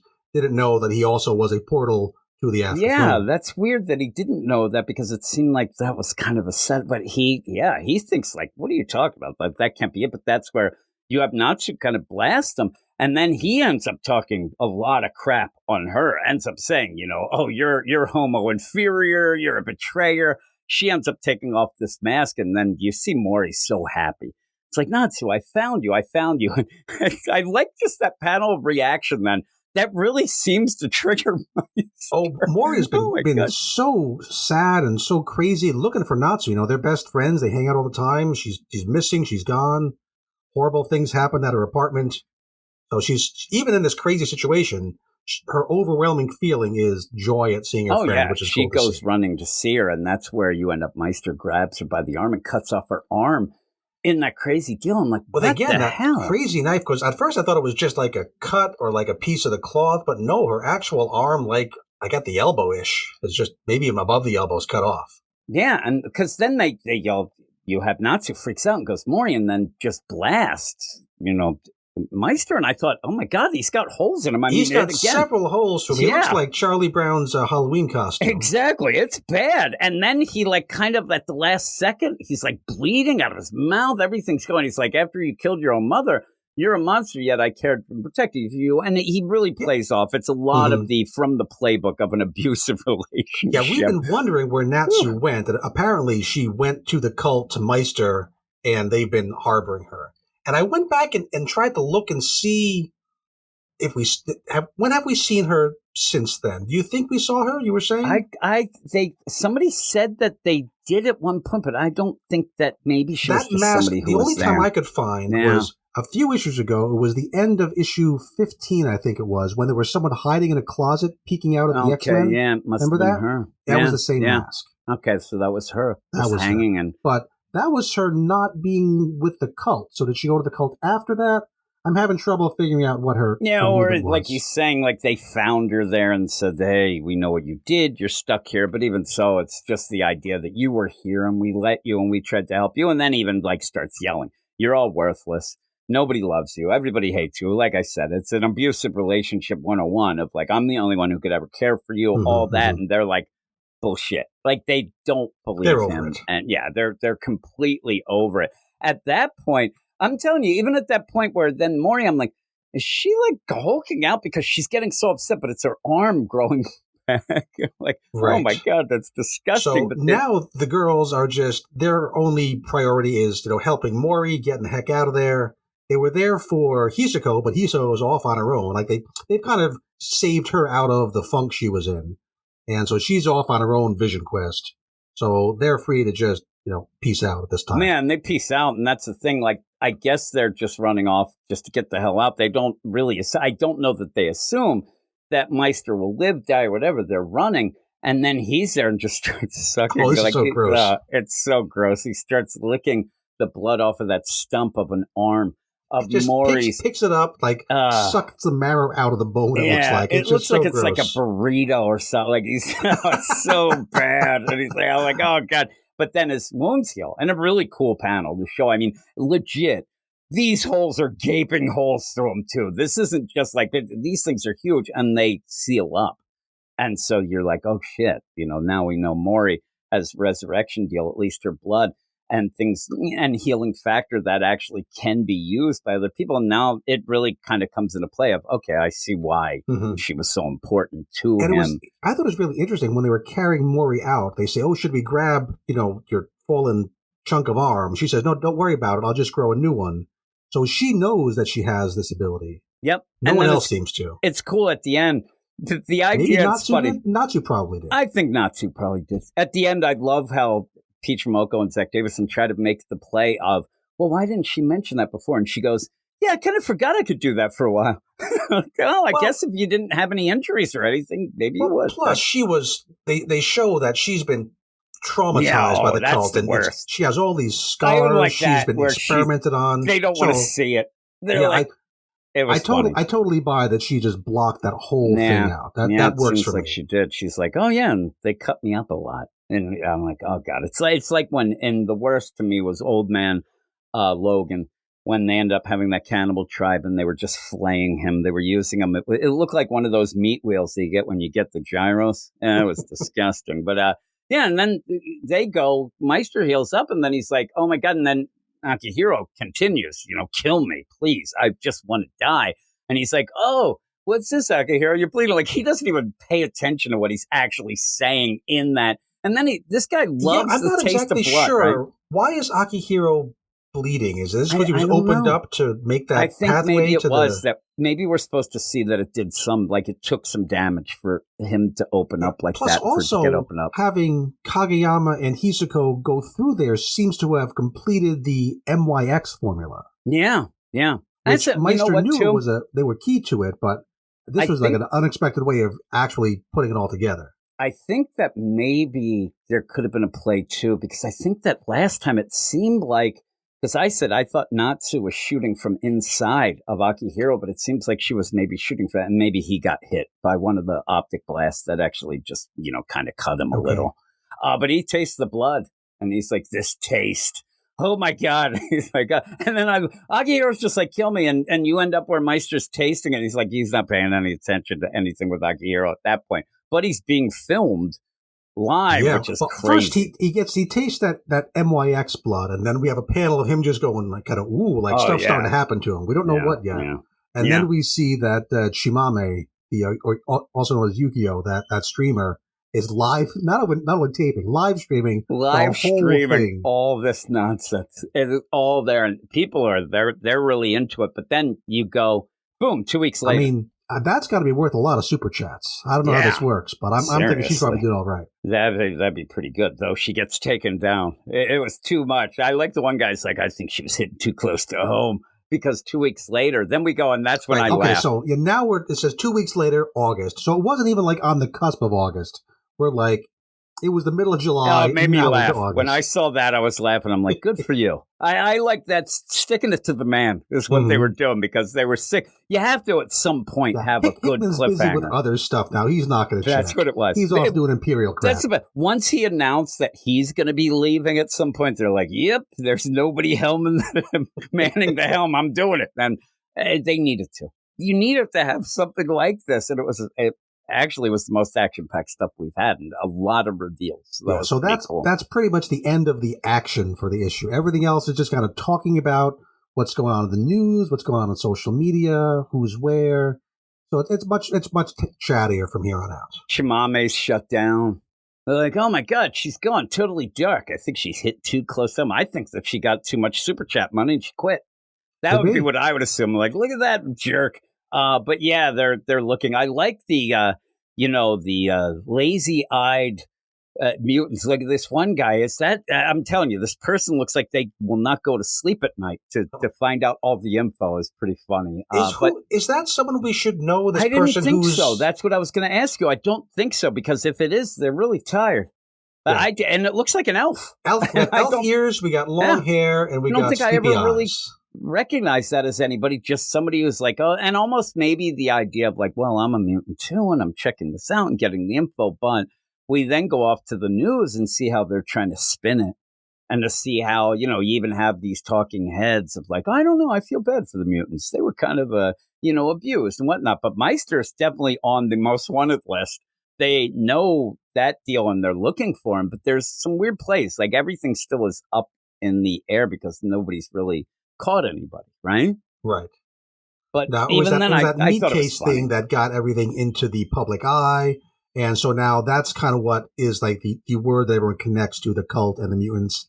And again, I love that it's still hashtag meat case that they say it. And regular people still don't seem very clear on, are all mutants the cult, or is the cult all mutants? And don't blame them. It's kind of who would know just watching. And like news. you said, they're centering a lot on. It's not like it's human experiments. They're doing experiments on people, children, whatnot. We have to get this Meister guy in there. It feels like that's like just out there. So it's like not a red herring, but it's something you could get like, okay, they're doing something about it. They're going to find this guy, but he seems to have gone to the wind. They don't know where he is. And even they say later, Akihiro seems like he was arrested or whatnot. Akihiro. They Yeah, mentioned and that. I was like, okay, poor Which is- Akihiro. I'm Like, wondering guy about, didn't like, do anything. If Kageyama and Hizuko come back out of the astral plane, are they just going to pop back out of his chest? Or is there another exit somewhere? Also, I was really expecting this whole issue to be in the astral plane.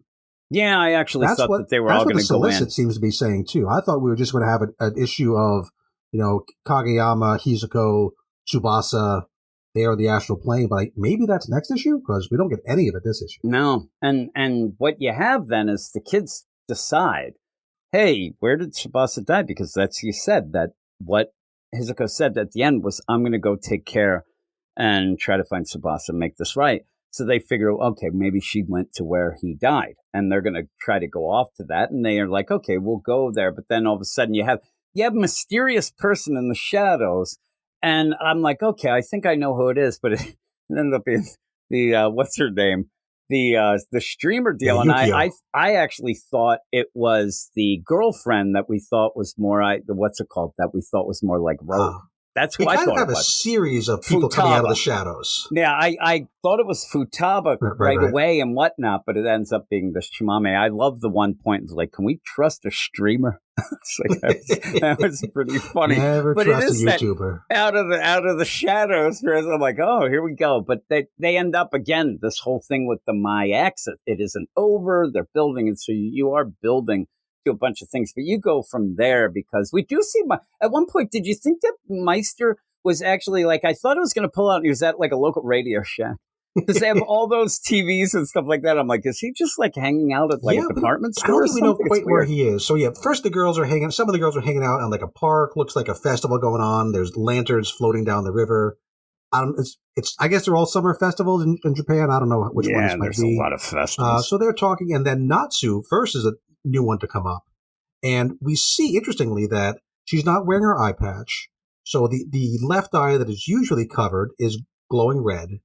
But she's not like Scott Summers of the 616. She has control over it. So the eye patch wasn't the trigger like Scott's visor.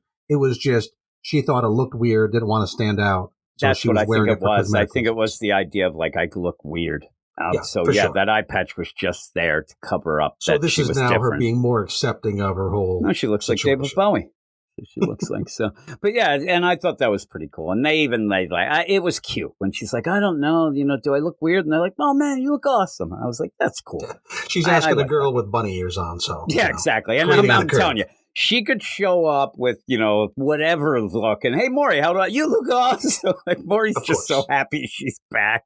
Look, you look like a murderer, but that's awesome. Like they don't even mention it, but so you have that, but you keep going because then we have a couple other, the whole gang. So they talk some more, talk about, we're still looking for Hisako. Hisiko's still missing. We get just kind of it's pretty well done, but it's exposition. Lets us know that Meister and his lieutenants are still out there, but that Akihiro was brought to custody and that we're still waiting for Hisako. And then we have what looks like a Sith Lord come in from the side. And that who turns out, she's wearing a hood, and that's who turns out to be Yukio. So these girls are just talking about all this crazy stuff and not really paying attention to what's around them. So they're lucky it's just Yukio. Yeah, I thought it was Futaba. I thought it was the deal with Tatsuya's, at the beginning, Tatsuya's ex and ally, but we saw and we said, oh, she looks like Rogue. I thought that's who that was. But it ends up being Yukio, like you said, and she's like, oh, it's that. I love when they're like, oh man, who's this shadowy figure? Oh, it's a streamer. I get so upset. But she does. I mean, she knows. She's like, you know what's really going on? Like, this shit isn't over. It's just beginning. This My Ex deal, it's far from over. It's bad stuff. And now you're messing with this stuff. That's the voiceover we're getting, the narration boxes. But that's over a page that I do not understand. Because we've had a couple of these things happen where we see like crazy, weird people. And this is like a crow-based mutant guy who is standing on the telephone wires. He has a prehensile tail holding him on there. And then he kind of swoops down into the crowd like he's Man-Bat. Yeah.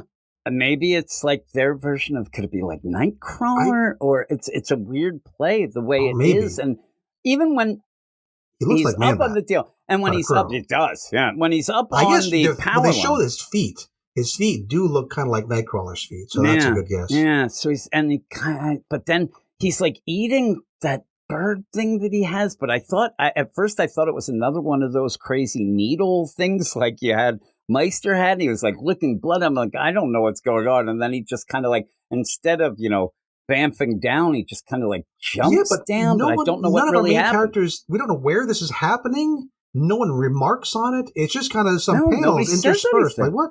I kept waiting for it to connect to the rest of the narrative, and it doesn't. Not in this issue. Yeah, I'm looking here again because they're there, and it's the girls. And then what happens is it's almost like that horror movie where you're walking and blood drips on you, and then you look up and this horrific thing, oh no, it's the Predator. He's up there on the thing, but I don't know how or when or what this happens, and the way that it happens, that it's not reacted to. He's above a crowd of people, and we saw earlier a crowd of people.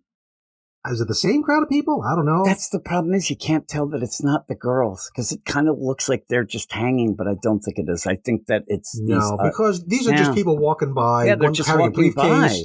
We've seen a lot of people just walking around, looking at their cell phones. Yeah, that's all it is. And you do see a lot of people, even right at that 2 weeks later, August, a lot of people, everybody's looking at their phones. And I think that's the play. Everybody's so concerned with their phones, they don't see it. But some person looks up and then this thing jumps down in. But yeah, and then there's other people jumping and leaping like ballet dancers. I don't know what's going on, Jim. There's I'm hoping a dinosaur this will be tail. Up.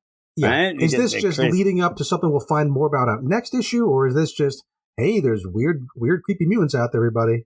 Just want to let you know. You want to know the creepiest thing is when you do see Meister and he's looking at those TVs, and I swear in the thing, he's looking over at us because we just caught him watching something sus. But then he goes right back to watching it himself when it gets close. But it does look like he's looking over like, you caught me. It's very odd. And then we go back to the girls, and I'm like, I don't know what just happened. I don't know what happened. As they're talking, as these talking heads are saying, hey, I think that the kids are abused. Handling decisions. Yeah, it was very odd. Because I would think if we're cutting away to this other scene, we're going somewhere else. But then it turns out the last scene wasn't over yet. We're still part of that conversation. Yeah, it's weird. But then and then they do realize, or they do end up going, okay, we're going to go where Tsubasa. Right, behind the middle school where Tsubasa did his unfortunate thing, where the other kids were forced to do that unfortunate thing, and the teacher, that was a lot of unfortunate things happening. Yeah, there was a lot of unfortunate things going. And then they go there, Nico's there, and she's looking, she goes, oh my God, do you see that? And you see this glowing thing. I'm like, okay, well, it's going to be the spirit of Sabat, like whatever it would be. So it's a glowing flame. It's they call it a hitodama, which is very much a thing in Japanese folklore. It's like, it's basically like a kind of a ghost. It's the spirit of someone, but in the form of a flame. Yeah. So but then it's not that. Okay. No. I don't know why we go into that whole thing. I don't know. You end up where you're like, okay, this finally things are making sense again. Okay, it's Tsubasa, it's ghost. Even if it was, oh my God, it's his ghost. She's talking to us from the astral plane. Something, all of a sudden it's canon. I'm like, what the hell happened? Yeah, and it's her, and she's got her her pretend play wooden sword now was all glowy. And we still don't know her deal, if she's a mutant, if she's magic. She's also of weird there things. She also happened on this very same day to just be there looking for information about Tsubasa. So kind of a coincidence. We can go with it, but I don't know why we had this whole introduction of her as, is she a ghost? No, her sword glows purple. Yeah, why does it glow purple? We're not going to tell. I don't know. And they're just like, I'm telling you, like, oh my God, can you see it? It's there. Oh my God. And then you're like, oh shit, what is it? And then it's her. And like you said, this isn't as if, oh my God, Meister, all this, let's run and go see that. This is 2 weeks later, just randomly a day, 2 weeks later, it just happens where Canon's like, I think I'm going to go check this out too. Because I do believe I know where Tsubasa ended his life, so we'll go there. I'm like, this is weird. We thought we saw a ghost. Turns out it wasn't a ghost. But now, Jim, what do we see? We see a ghost. We see okay. A ghost. And the this funny is like thing is, didn't you think it was almost like the joke of when you see another one, like, oh, I wonder who this is. Oh, no, it's a ghost. And they start running, but it's like, yeah, they see a ghost. And this is presumably connected to Tsubasa. It just looks like your basic, very vague human form pointing in one direction. Pointing it, yeah. And way he's pointing, there's a tree, that's the crack in the middle, and the crack is glowing the same red color as Hisako's armor. So very close connection there. And just like last issue, we had those kind of uncomfortable birth type scenes as they were going through Akihiro's tendril situation. Now they pry that crack wide open. I'm not going to make any. There's no stirrups involved, but it's quite a thing. From now on, I'm gonna make a sus song. It's just gonna be called Tree Knot, because that's what it's bad. And in that though, Cannon's the best. She goes, "I'm gonna rip that tree apart," and they're like, "No, I think she's inside." I'm like, "All right, whatever." And then so then they I'm like, pull "Oh this god." very fleshy tree open, and Hisako falls out of it, but she's like unconscious or mentally not. She's just asleep apparently. Yeah, and she also looks very what would it be, like bland? There's not a lot of detail. It looks, she looks like are you an angel? Is she she's looks a little wearing different. like a leotard or something very close fitting, and then they say her name, Hisako. Yeah. She's got a glowing red and orange, and we don't see what happens next, Jim. We don't. I will tell you, legit, if they didn't yell Hisako, I would have had my questions. Yes. I would have actually said, is that her? Because I would not have. The color kind of gives it away, right? Yeah, having I would have thought orange, something different. Yeah, and I would have thought, oh man, they thought it was Hisako. But again, once they start ripping, and it's a kind of a cool visual, but it's a disgusting one again.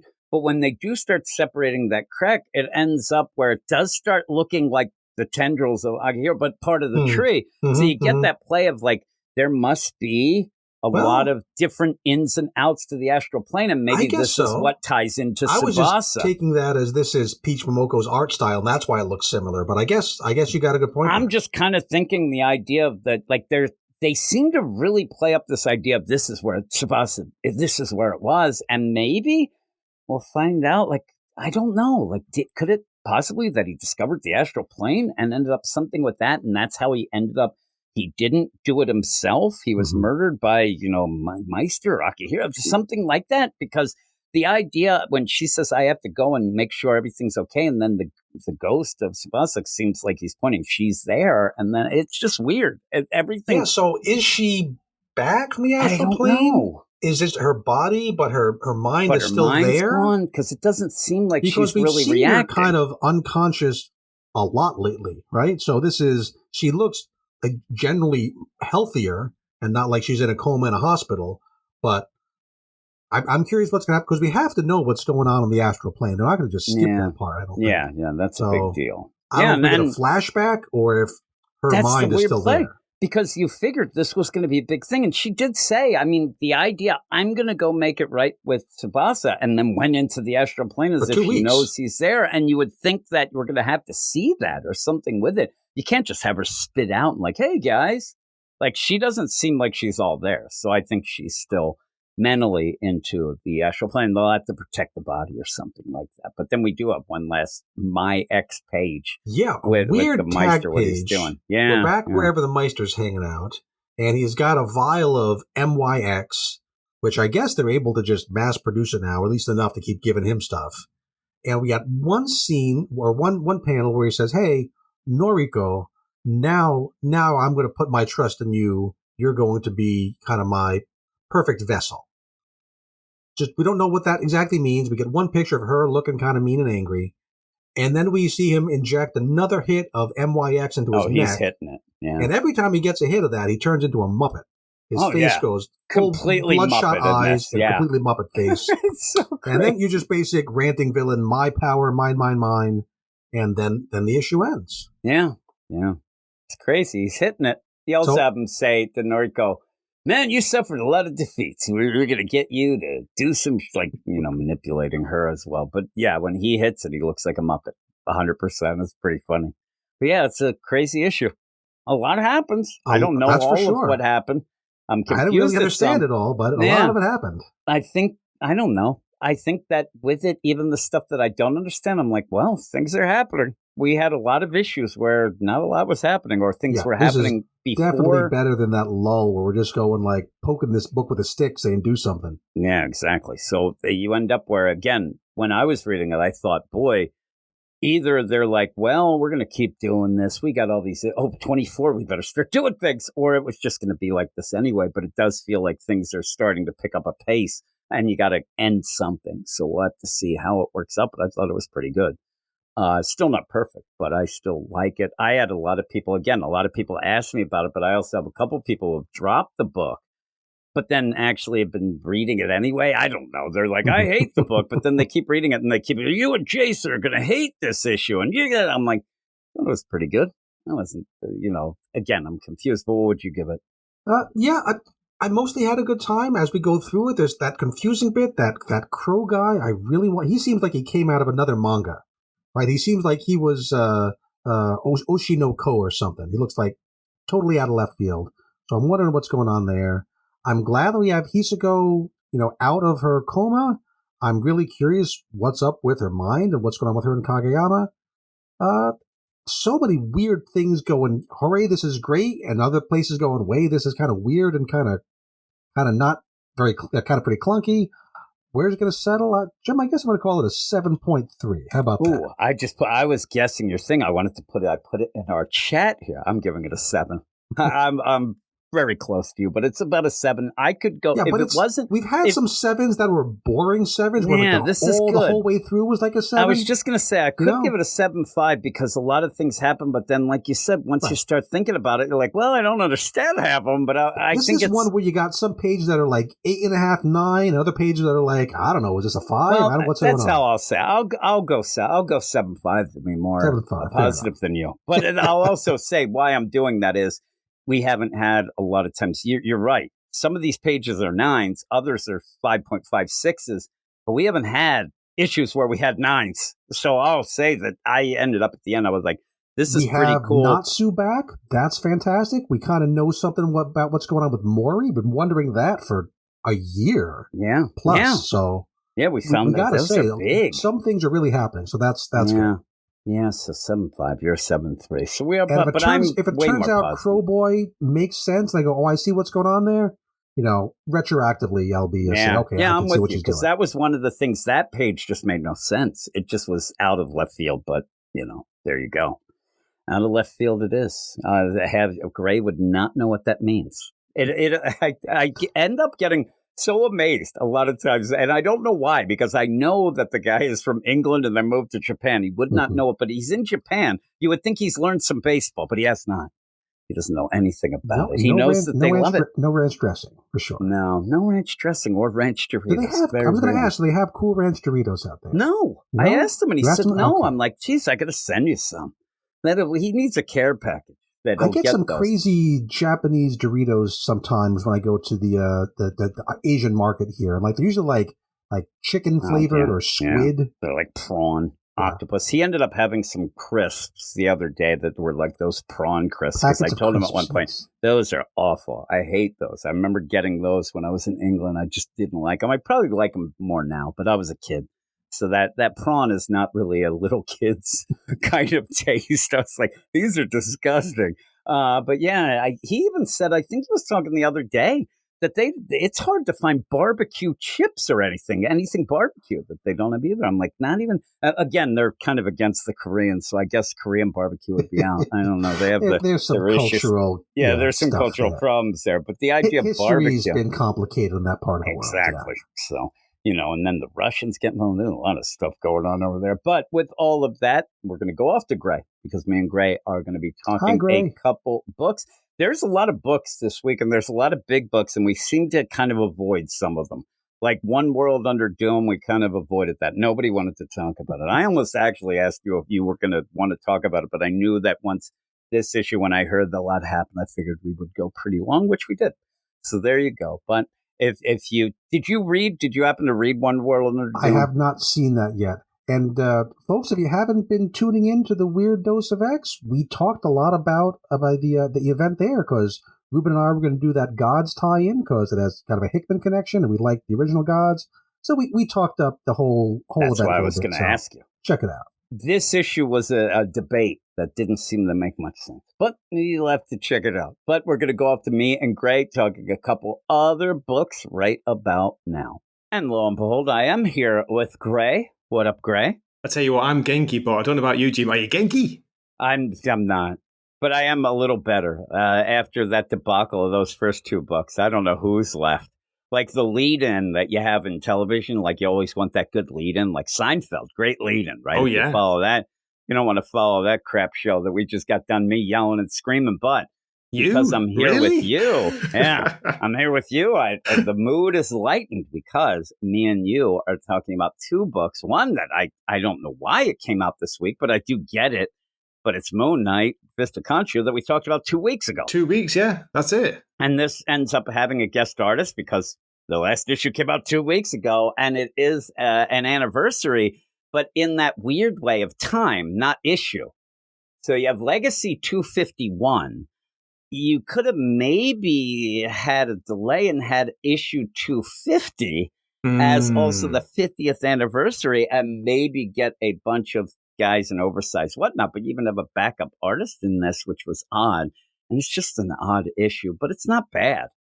It's better than some of the other crap that we've been reading. Now, in the meantime, I didn't even realize and didn't read, but I'm not enjoying it as much. The Daredevil Cold Day in Hell, you ended up reviewing, and you have it on your YouTube channel, Wakazashi's Tea House, and I will have a direct link to your channel and that review. So if you thank want you to very know much, Jim. what is going on with that one, you can get a guy who really likes it. So you can get some positivity. Of course, you have to hit a link to get the positivity. Really? Forget about links. Ay, ay, ay. Tell you what, I loved goodness. it, Jim. It was an emotional, violent, shocking at times, but it actually moved me. Conclusion, the Oh, my 3-part goodness. miniseries, it's finished, it's over. Old man Matt Murdock is over. Yep, it's over. And you said before we started that you think it was Marvel's best book this year, one of the best books. It is, in my opinion. Yeah, I think you're sus. That's fine. Like, it's just me. But, I wasn't enjoying it. And I do think that maybe if it was years from now, hopefully many years from now, I'd go back and read it. Maybe I'd like it a little more. I just think we've gotten so many of these, not just old man, but this dystopian stuff. We had it like just off the top of my head. We had Avengers Twilight. We ended up having that Spider-Man Reign 2. Yeah. We had a bunch of things like that. And that's just me just getting the I two. can see We've that, had a Jim, but if bunch it's of done those. well, what's wrong with it? I tell you what, I enjoyed it that much. I'm going to pick up the trade. And I know Fear Monarch will too. If like a really special deluxe hardcover comes out, he'll be like, yeah, I'm there. Yeah, you both are idiots. That's what I say. See, that's how I get ganky. I just throw shade at people. But here we are with the Moon Knight Fist of Khonshu. Like I said, this is a 50th year anniversary. So what they do is pretend that it's Mark's 50th year birthday. And you're going to have a birthday party with a guest host. It just seems to me like there's a lot of weird, not gimmicks, but kind of gimmicks. The idea, again, of it being his birthday on the 50th year anniversary of when his first appearance of Werewolf by Night. I was going to call it Wolfman by Night, which sounds so much cooler. What a Wolfman. It also ends up with, oh my God, there's this secret guest who's being led around. And like you're guessing. And then at the end, you're like, oh, okay. I don't think it was that big a crazy thing. We saw her in an annual a couple years ago. It is Moon Knight's daughter, and she's there to be a little sassy. But somebody ended up saying on the League of Comic Book Geeks that this is a perfect issue. I think it's okay. I like it better than the two we started out this podcast with, but I'm not going to say it's perfect because the art is a little shady right off the It took me a bit to get bat. used to it, Jim. It is like a bit of a, not shocking, what's the word? It catches your eye so much that it's a big change. It's not Dev Pramanik, who I love. I love his art. Shout out to him. Yeah. So when you get it, it's just not as good. It doesn't really go well, I think, with the overall art of the book, but it's okay. It's okay. And it's a side thing. I got But used again, to it. Yeah. if this 50-year thing was something that big, like I said, wait and kind of finagle it to get to 250. I know that they mess with the numbers anyway. But yeah, just do something with that and get everybody on, get your big artists on, get Dev Pramanik and Alessandro Cappuccio, like that sort of thing. You get like the big hitters in. But in the Jim, meantime, just check out the cover first. I've just got like flashbacks to the One World Under Doom issue 6 cover. Look at a bit similar there, isn't it? What's going on? it's a cool cover. It has is. nothing to do with what's going on. Now, this isn't me saying that that's bullcrap because that happens a lot. But boy, the issue itself is kind of a celebration and kind of trying to be happy as much It as is. Moon Knight can be. On It's the a cover, happy it looks issue. like, oh my goodness gracious, Ripping what his is face off. happening? Yeah. Ripping his face off. So it is Moon Knight Fist of Khonshu, number 11. an issue called Birthday. I'll give you the credits, and then I will read the little blurb, the recap deal to just get you in tune. But it's written by Jed MacKay, art by Domenico Carbone, colors by Rachel Rosenberg, letters by VC's Clayton Coles, and cover by David Paratore. Like, okay. Oh, David, I didn't know, but yeah, David, look at that. You have to look to see if I was just trying to be fancy. David it is. But no, he's been doing the covers, like pretty much the main cover, I think, for the whole series so far. And he's got a very distinctive style. It's very painterly style, isn't it? It looks like a more painted version of, say, like an Alex Ross, but you can definitely tell the difference. But I bet you at first glance, some people might actually mistake it a bit. It's like you said, it's a little bit grittier, a little more watercolor than an Alex Ross, but it looks great. And the colors, or the covers on this always look pretty damn good. Well, look at you getting all fancy talking about art. Yeah, look at me. I have eyes. I can't see where the crap, but I got on. Where's your glasses, Jim? Recap. Yeah, I have them on. They're fogging up in this room. Times have been tough for Moon Knight. A protracted battle with Asgardian gangster Achilles Fairchild. Your favorite villain Here's ever. The thing. Whenever you have protracted battle and Achilles Fairchild, you know there's been trouble. Cost him dearly. And I'll say so.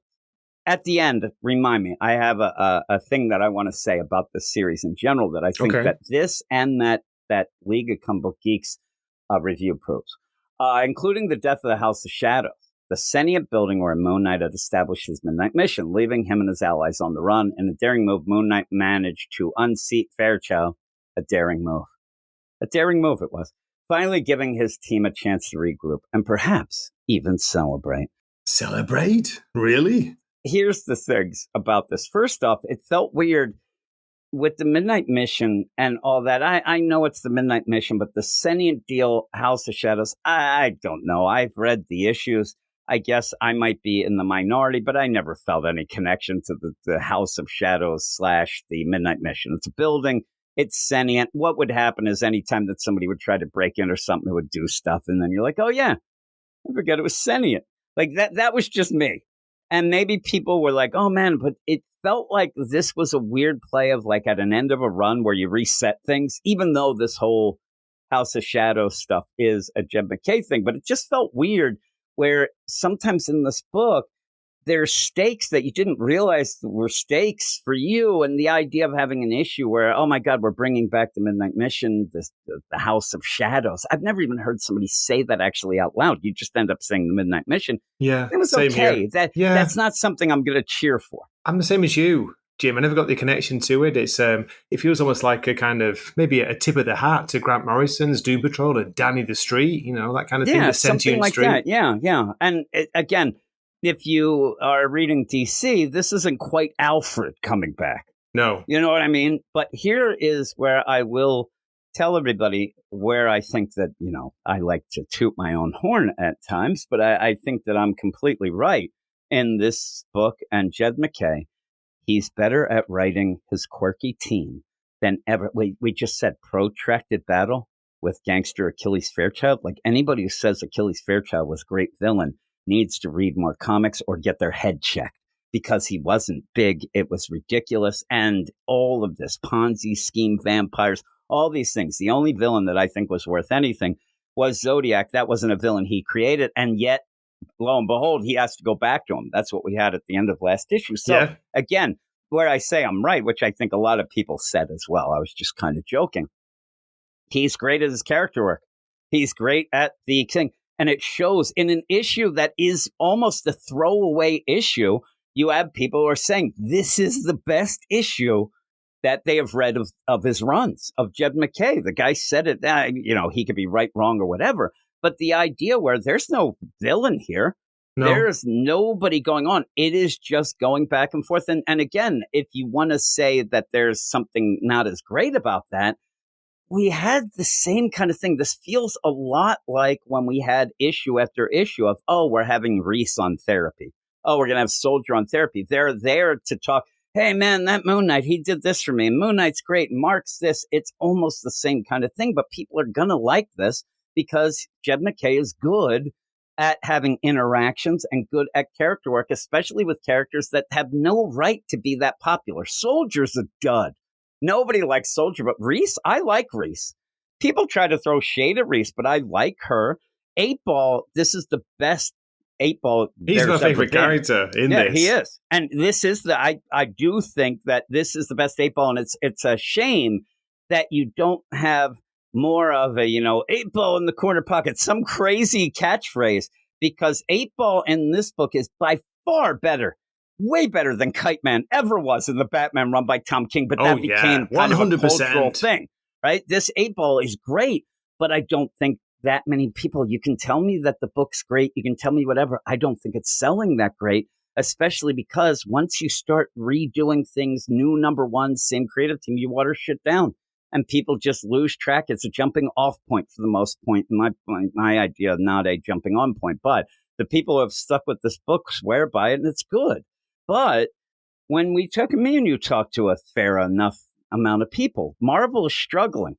Just listen to the first 2 reviews. You can see how much I'm struggling with Marvel. But when you talk about the best books, I haven't had that many people say this book. No. And also when people say, if I said to a lot of people who were Jed McKay Moon Knight fans. They were in the beginning, weren't they? Yeah. Do you remember that, Jim? Do you remember the hype when it started? I said that it was so big. It really did remind me of Donny Cates' Venom, where suddenly it's like, Venom's a huge book. And also The Immortal Hulk by Al Ewing. I'm not saying the book itself. I'm talking about the hype. Because I used to get on Twitter, X, and on Wednesdays when books would come out, there'd be legit, like in my feed, 5 to 10 tweets from panels of Moon Knight, people saying, "Oh my God, this is the best book."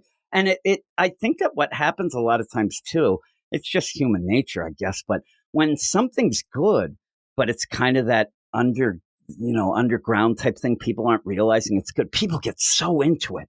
But then it became kind of like common. Oh yeah, it's a great book. It's a great book. And then I think people just lost interest when we kept going. Weird and that happens, isn't it? It does happen a lot. It's a strange thing. And I never saw that. What it then ends up happening, it's real big. You get that backlash with, you know what I mean? It's like, the Beatles were never good. Well, I'll kill you if you say that. Back in the day, Jim, wasn't it? The artist was Marco Cicchetto, who's on Ultimate Spider-Man now, isn't it? He was doing it back in the day, and the art was really cool. It stood out, but the story was pretty good too. Cappuccio came on, which people really loved as well, and now Pramanic's really good. So I miss him when he's not on it. Carbone. So you have this, but again, it's this whole thing where they're going to celebrate Moon Knight's 50th birthday. But when you find that out, it's so far down the line in this issue that to me, it didn't hit. I didn't say, "Oh man, that's awesome." Like right away, maybe have a thing of they're like, "Hey, you realize it's Mark's birthday. How old is he? 50 years old. Asterisk." You go, editor's note. The first appearance was 50 years ago today. Yeah, that's right. Thing.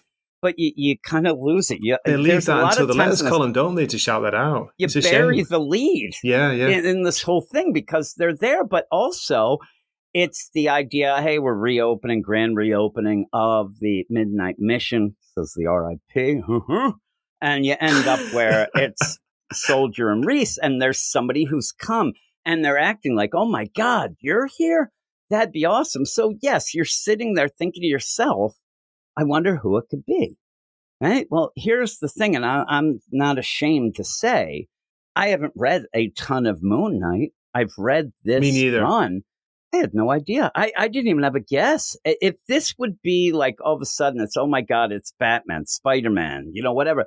I might be like, oh my God, I wonder if it's them. I wonder if it's this guy. I wonder whoever. I, at one point, was like, this can't be Khonshu, right? Big ass Khonshu walking through New York City. Nobody's reacting. I'm like, okay, it's not Khonshu. So who could it be? Why not, Jim? Like, as you said before, like no one was reacting to Tigra, sexy Tigra walking around New York City. You end up having this person being escorted around to like, oh, hey, here you are at the Midnight Mission, which is weird because you're starting where she should end up anyway. But now she's being pushed. Okay, here's Reese and Soldier. Why doesn't she just stay and help with what they're doing? But they're getting things together for this big party. And you end up where most of this is going to be, man, that Mark is great. Man, Mark is awesome. I love Mark. He really, and this is a ragtag team. The idea, he really did help me. You get Reese really stepping up in this where she's, kind of coordinating stuff and it's fine. But then Soldier has to go get snacks. And they're like, hey, why don't you take her? I'm like, I don't know that I'd send to her with Soldier, but that's fine. I like the way in the shop he's looking at the crisps, as we say in England, Made in England, salt and vinegar or barbecue. Here's Jim, the thing. you've got to go salt and vinegar. Well, Come on. I would go salt and vinegar, but in the States, I think that you have to go basic and go generic barbecue. I think more people would like. I love salt and vinegar chips. Is it popular in the States or not? It's popular enough now. Not as popular as barbecue, which I hate. I can't stand barbecue chips. I'll never eat them. We can't get it in Japan, salt and vinegar, and I miss it so much, man. Yeah, I can't stand barbecue chips. It's just that the flavor is so overpowering. Though I say that, salt and vinegar is pretty overpowering too, but I love that taste. Especially salt and vinegar Monster Munch. I really like dill chips as well. The dill flavor, I'm into those now too. But yeah, and so you end up where Soldier's going like, I don't really know how to make, chip decisions. Then at one point, you end up where, again, you don't see who is being talked to and being led around. And even then, if you look back, I would have expected looking back that they would always be looking down because she's not very tall, but they don't even go that route. But then there's a guy standing next to in some of the Soldier. scenes. It looks like, people are kind of looking down out there. It's like, the point of view is looking up a little bit. But yeah, it's not done enough, is it? It's not like E.T. When Soldier says, "Oh, what the hell are you doing, 8-Ball?" There's a guy that's standing next to Soldier, which I kind of think might be like some shout out to some friend of this guy's. It was weird. I thought that was the person because all of a sudden you see this guy just standing next to him. I'm like, is that who we're supposed to know? But no, an 8-Ball. Soldier's like, what the hell are you wearing, 8-Ball? We thought it was Moon Knight for a second, but no, it's got a big 8 on his face. They're all concerned. Oh my God, what are you doing with that? It's not just the cape, it's a whole Moon Knight outfit. And they're just like, oh man, that cape. I'm like, there's more to it than that. The hood cowl as well. there is what are you doing, man? Good deal, but it's kind of funny. And you get a little bit of that play of how good 8-Ball is. And then they're like, hey, by the way, if you're patrolling, can you take this person over to Tiger's place? And, I didn't see you. Okay, sure. Come on with me. And then they just go, and you do see people like shouting out Moon Knight. Like he's getting high fives in the street. Yeah, I love people it. Like, yo, hey. 8-Ball. He's like, what up? He's going down, which is good because we like 8-Ball. And he starts talking about Mark and how, man, Mark ends up having such a rough life and going through a lot of things that he inspired me. Look, I used to be, a penny Annie bank robber. I was a bad guy in the but past, now yeah. he's like, at least I don't have to worry about like Punisher. But then also remember, he did get the crap kicked out of him when Moon Knight died, and he ended up having the replacement deal. But he goes, yeah, and I don't have to worry about Moon Knight ever because now we're friends, and this is great. So then they go to Tiger, and you have Tiger's son. But even that was weird. Isn't he cute, Tiger's son? He is cute, but you would have thought that, like, at this point, you could have fun with the two kids kind of doing something. You're still playing the game of who is this? Who is being led here? And Tiger looks hot. They end up gathering stuff to go off. Not quite as hot as Itsy Bitsy, but that's just me. Yeah, that's weird. But so you end up where she's like, hey, come on, let's go. We got to make sure that we get there because Mark's going to flip if I lose you. And you're like, okay, who is this? Who is it? Who could it be? You have where they get to the Midnight Mission. Again, Tiger's kind of like starts waxing poetic about stuff where they're like, oh, man, I'm kind of in love with him. It's hard to be in love with a guy like that, but he always means well. And then you get to the party, and stupid 8-Ball is playing the mandolin with a little freaking crown on, like he's from England. It was kind of funny. He's got the Moon Knight he's crown. taking his Moon Knight cowl off, thank goodness. Yeah, exactly. But they must have had some of those poppers, and I don't mean in the bad way. But you have everybody there, and they all kind of look over to react to, Moon Knight's daughter, but they don't react. What's the deal with the Mary Jane lookalike at the front here, Jim, with the slumped shoulders? She looks hammered. Oh. Yeah, and you have Reese waving. You end up having what looks like Soldier eating a hamburger like it's a harmonica. And at one point, I actually thought it was Mark. When it first showed up, I thought that was Mark for a second. I'm like, oh, no, it's Soldier. So then Hunter's Moon's standing outside like a miserable prick. He doesn't like parties. He's not a social person. And I don't know. He looked weird, but you end up where he looks a bit sus, doesn't he? Yeah. The daughter goes out, and they have their little talk, and like, hey, I don't like parties, mark this, and I'm just kind of like the little brother, but I'm also my own fist of Khonshu. I'm like, why are you telling this to a little girl? But he's like, yeah, I'd assume that's why you've come because it's his birthday. Is he going to care? He's up on the roof. And I didn't realize. Like, they just keep saying, yeah, I don't know if he's going to show, whatever. He's just standing up there on the roof. He's chilling out. I mean, legit, when you first see him, he's standing there just making poses. I don't know what he's doing. The moon's out. He's making poses. The art looks good here, though. It's got a lot better, I think, at this point. And so when you reveal it's his daughter, I just thought that was going to be the end. I thought that was going to be the big thing because you're playing that whole thing, but it's not. She's just like, hey, Dad. Hi, Dad. And it's Daddy. good because I'm sure that if they just revealed her, me and you would be like, who the hell? Well, yeah, I missed it, Jim. I didn't read the annual, so I didn't even know who she was. And she says, happy birthday. And then they just start Gives him talking. a hug. Come on. Get that, you get the hug, and then you get the background of, hey, I kind of let your mom down. I can't let you get hurt again. Werewolves that kidnapped you, all these things. And you kind of get caught up, and it's okay.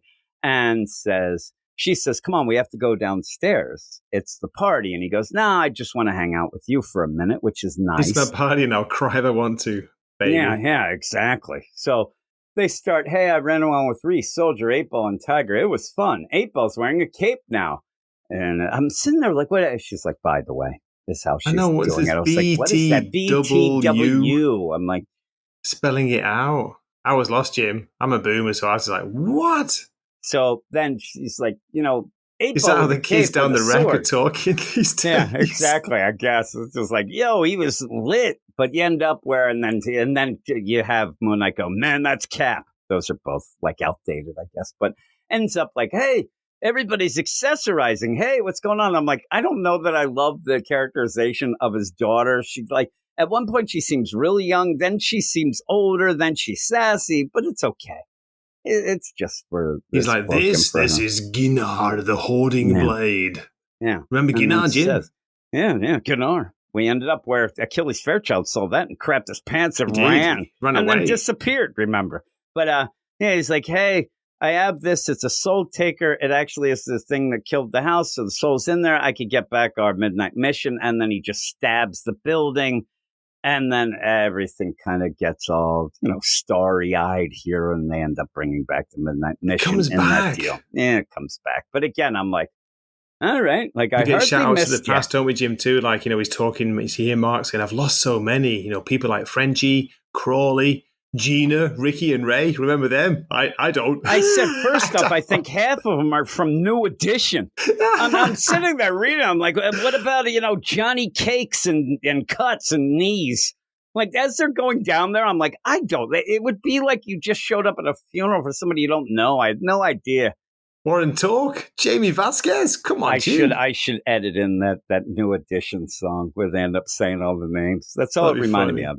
Cool It Now, like I think it was. The Get Fresh Crew shout out. Oh, yes, it would be the greatest. Cool It Now. Just everybody look it up. It's like, Ricky, Ronnie, Ricky, and Mike.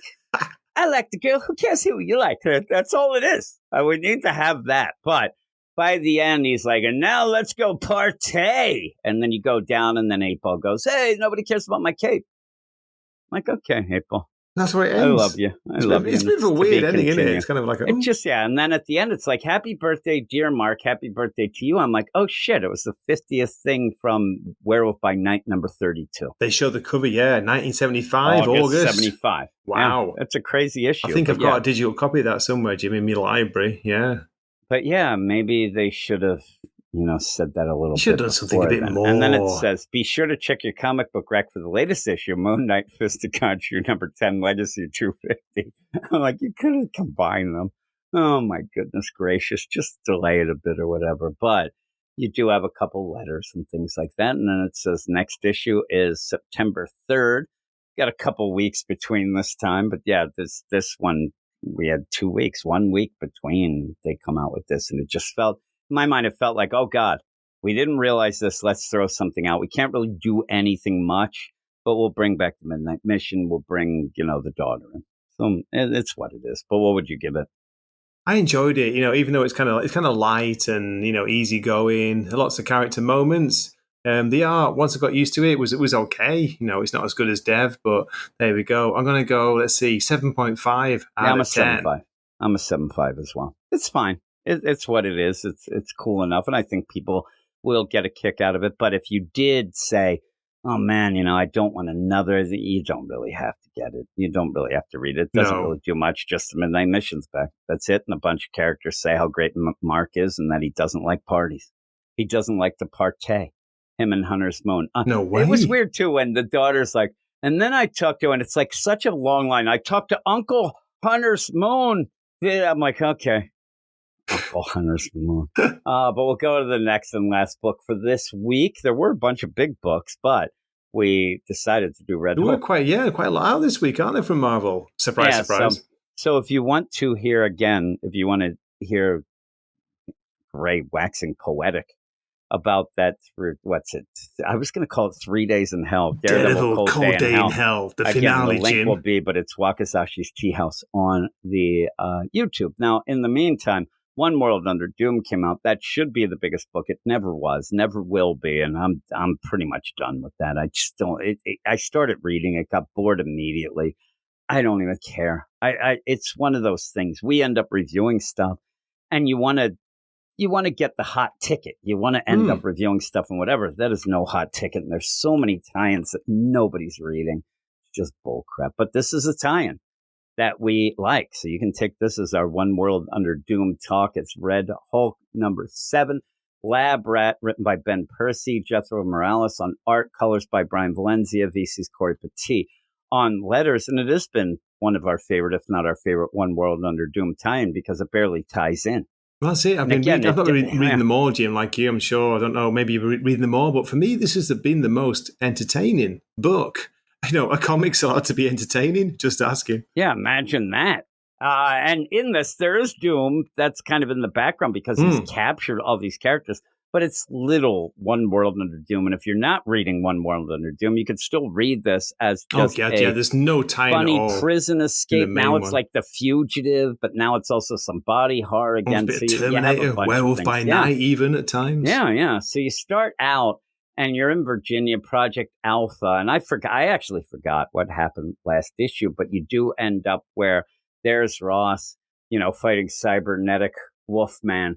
And this whole play, it's this whole play of that, Ross, he needs Red Hulk, but he can still fight. He's still, a guy who can, hold his own a bit. Take care of himself. He's a general, Jim, in the army. But not against monsters.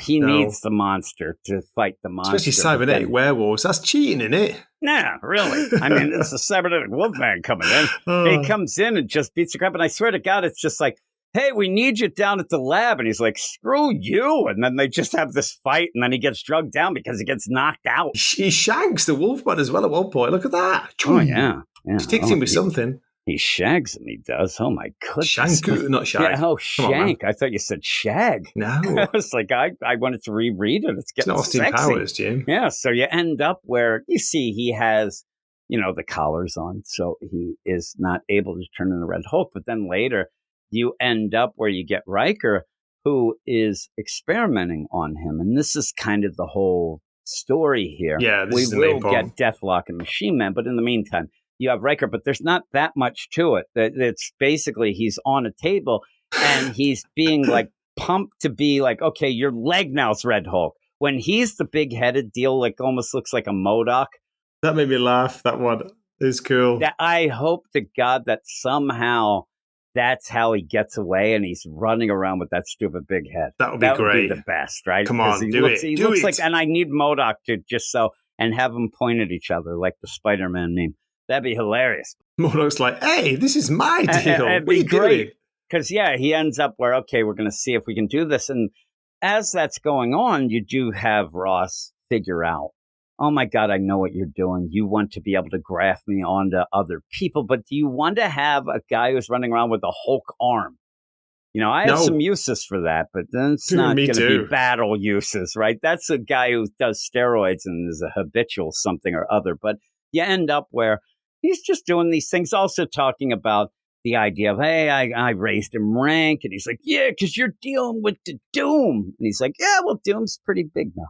Doom is Emperor Doom now, and I'm doing what I'm told, and I'm raising him rank. You don't even have a rank, and you have Ross through the whole thing just yelling. There was no tribunal. There was no trial. I was stripped without any sort of thing, and he says it even to this one lady he runs into.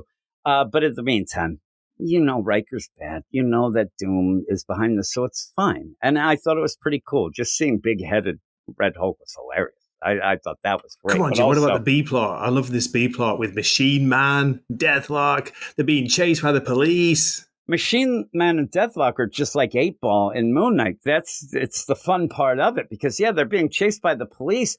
I love the idea that Machine Man's driving, first off, and Deathlock's like, oh, my God, we got to get out of here. What are we going to do? And I like he goes down a list. So should I, like, blow those cops up? Negative. Should pop the wheels? Negative. And they're going. And then he says, my navigation tools indicate there's a tunnel. I'm like, yeah, maybe your eyes do as You well. can see it right ahead of you, yeah. I was thinking the same thing when I read it. You're like, navigation tools. I guess he's just kind of doing the Machine Man talk. I wanted Deathlock to be like, no shit, Sherlock, I see it. We're coming up. So he's like, okay, what are we going to do? I thought he was going to do some spin around thing and then go Should through I blow up the tires like as that. Deathlock? He's like, negative. Man, it's like Machine negative. Now, I guess the problem I have here is you don't show too much of this tunnel, but I know tunnels are dark.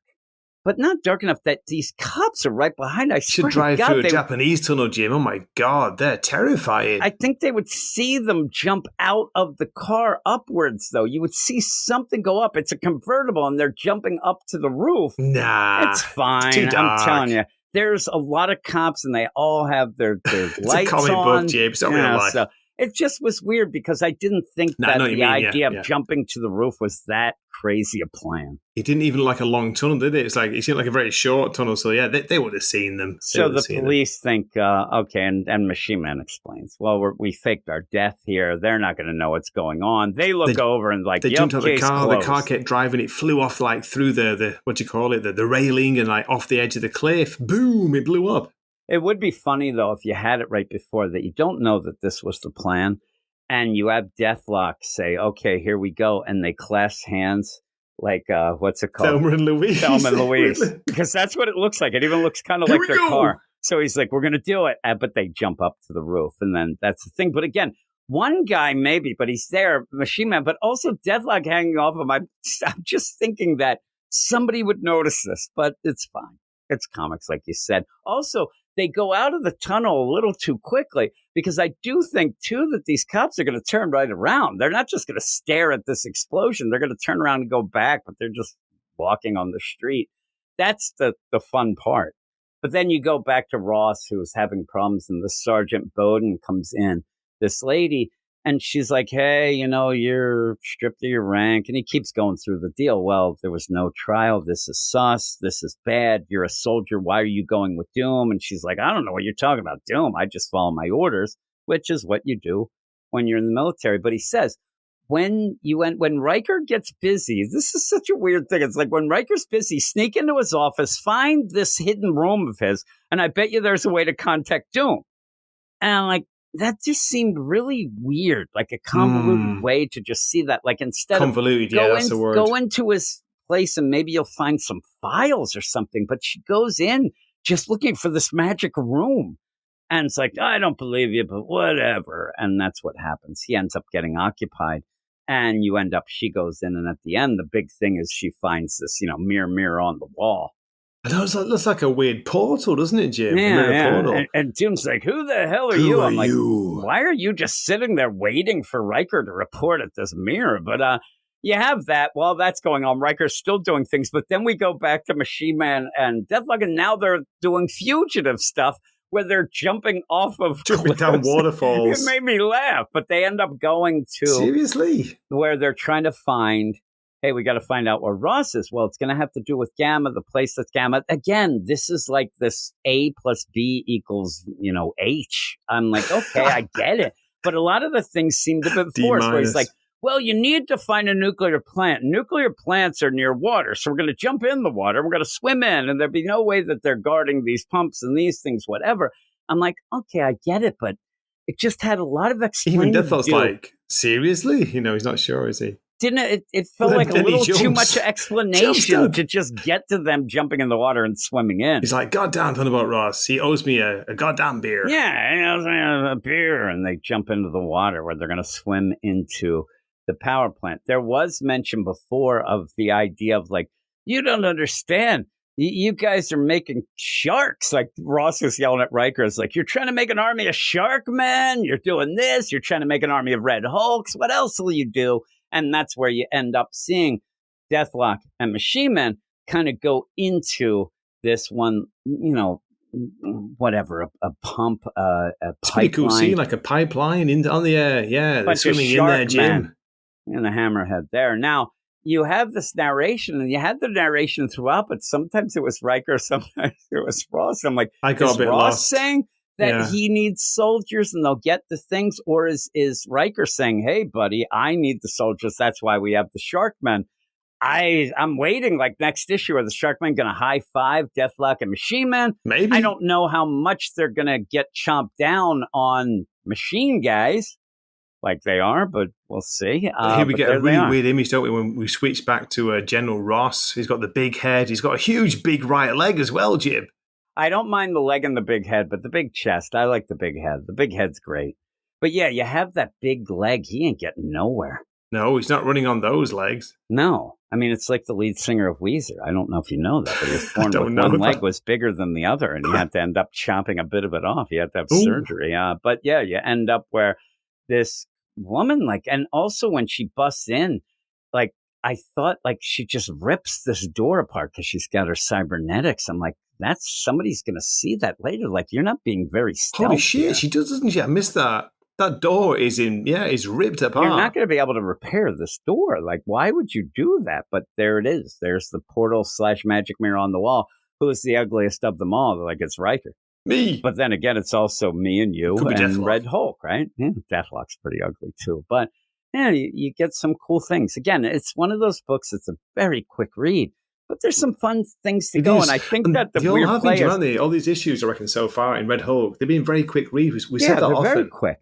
Well, nothing wrong with that when it's entertaining. Yeah, and then they were fugitives. Now we're back to Prison Escape. So I don't mind. People like Prison Escape, so we're there. But what would you give it? There's a score. Let's see. 6.5 out of 10. Yeah, I think I'm a 6.5 as well. This issue isn't the greatest. It's issues. all right. It's kind of a transition issue, but it's entertaining. It has some things, but it's a quick, quick read, isn't it? You might feel a bit like, I spent like $4 on this, flew through it. Yeah, is that it? Yeah, is that it? Yeah, you might think that, but we get review copies, so I went through it. And I'm like, thank God, it's a quick read. Now I can go talk to Sharkmen. But yeah, Deathlock and Machine Man would be versus Sharkmen. That's kind of cool. So we'll see how it goes. But then when you get done, you have that checklist. I'm like, I'm not reading any of these other books anymore. I know. I just don't care anymore with this one I'd world. even forgotten half the titles. Superior Avengers, this redo of the Runaways, One World Under Doom itself. Fantastic Four, read that first issue and didn't like it at all. So I just thought that, Red Hulk's pretty good, but when this is done, One World Under Doom. Check out the cover, Jim, for the next issue. It's pretty awesome. Yeah, and he's going to go get revenge. I don't think that this One World Under Doom is going to be remembered like 2 days after it's over. No, and there's so many issues. They're going to have, it's like 50-some, 60 issues or something, I think. It's ridiculous. Nobody cares. And what happens is eventually we're going to get a really good event. Nobody's going to read it because of these things. They're going to be like, oh, another event? Screw that. They always end up falling flat. I'm not going to read it. That's the worst. They always have to have this summer event, and they haven't been good. So there you go. But that's it for me and you. That's it for the podcast. It got a little more positive by the end, but thanks everybody for listening. I didn't even mention we could have played in the idea with Moon Knight being the 50th year anniversary. We also have episode 600 that we're doing now. A bit of a anniversary. We did so many crazy things. Right? We did nothing. But that's it. That is it. So we're going to go out. Remember to check the show notes to go over to Gray's YouTube channel. the Wakizashi's Tea House. I'm not even going to ask you to say it because you always end Jim. up not saying I know, you know what I'm like. But give yourself a pat on the back. I'm pushing I'm it giving for you a virtual pat on the back for 600 episodes of Marvel podcast. 600. That is impressive, episodes man. of this nonsense. Also, the DC.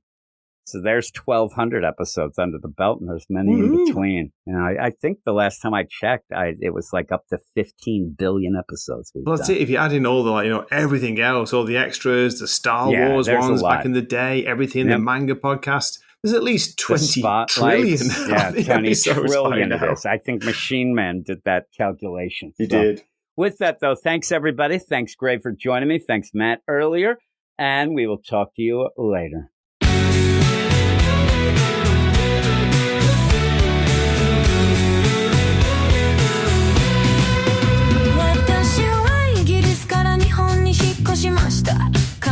して感謝しました。本当に大好きです。私は普通の男ではありません。私はもう本性の愛です。私にからかわないでください。そうしないとあなたは消えてしまいます。私は普通の男です。でも私はあなたを殺します。だからそのまま受け取って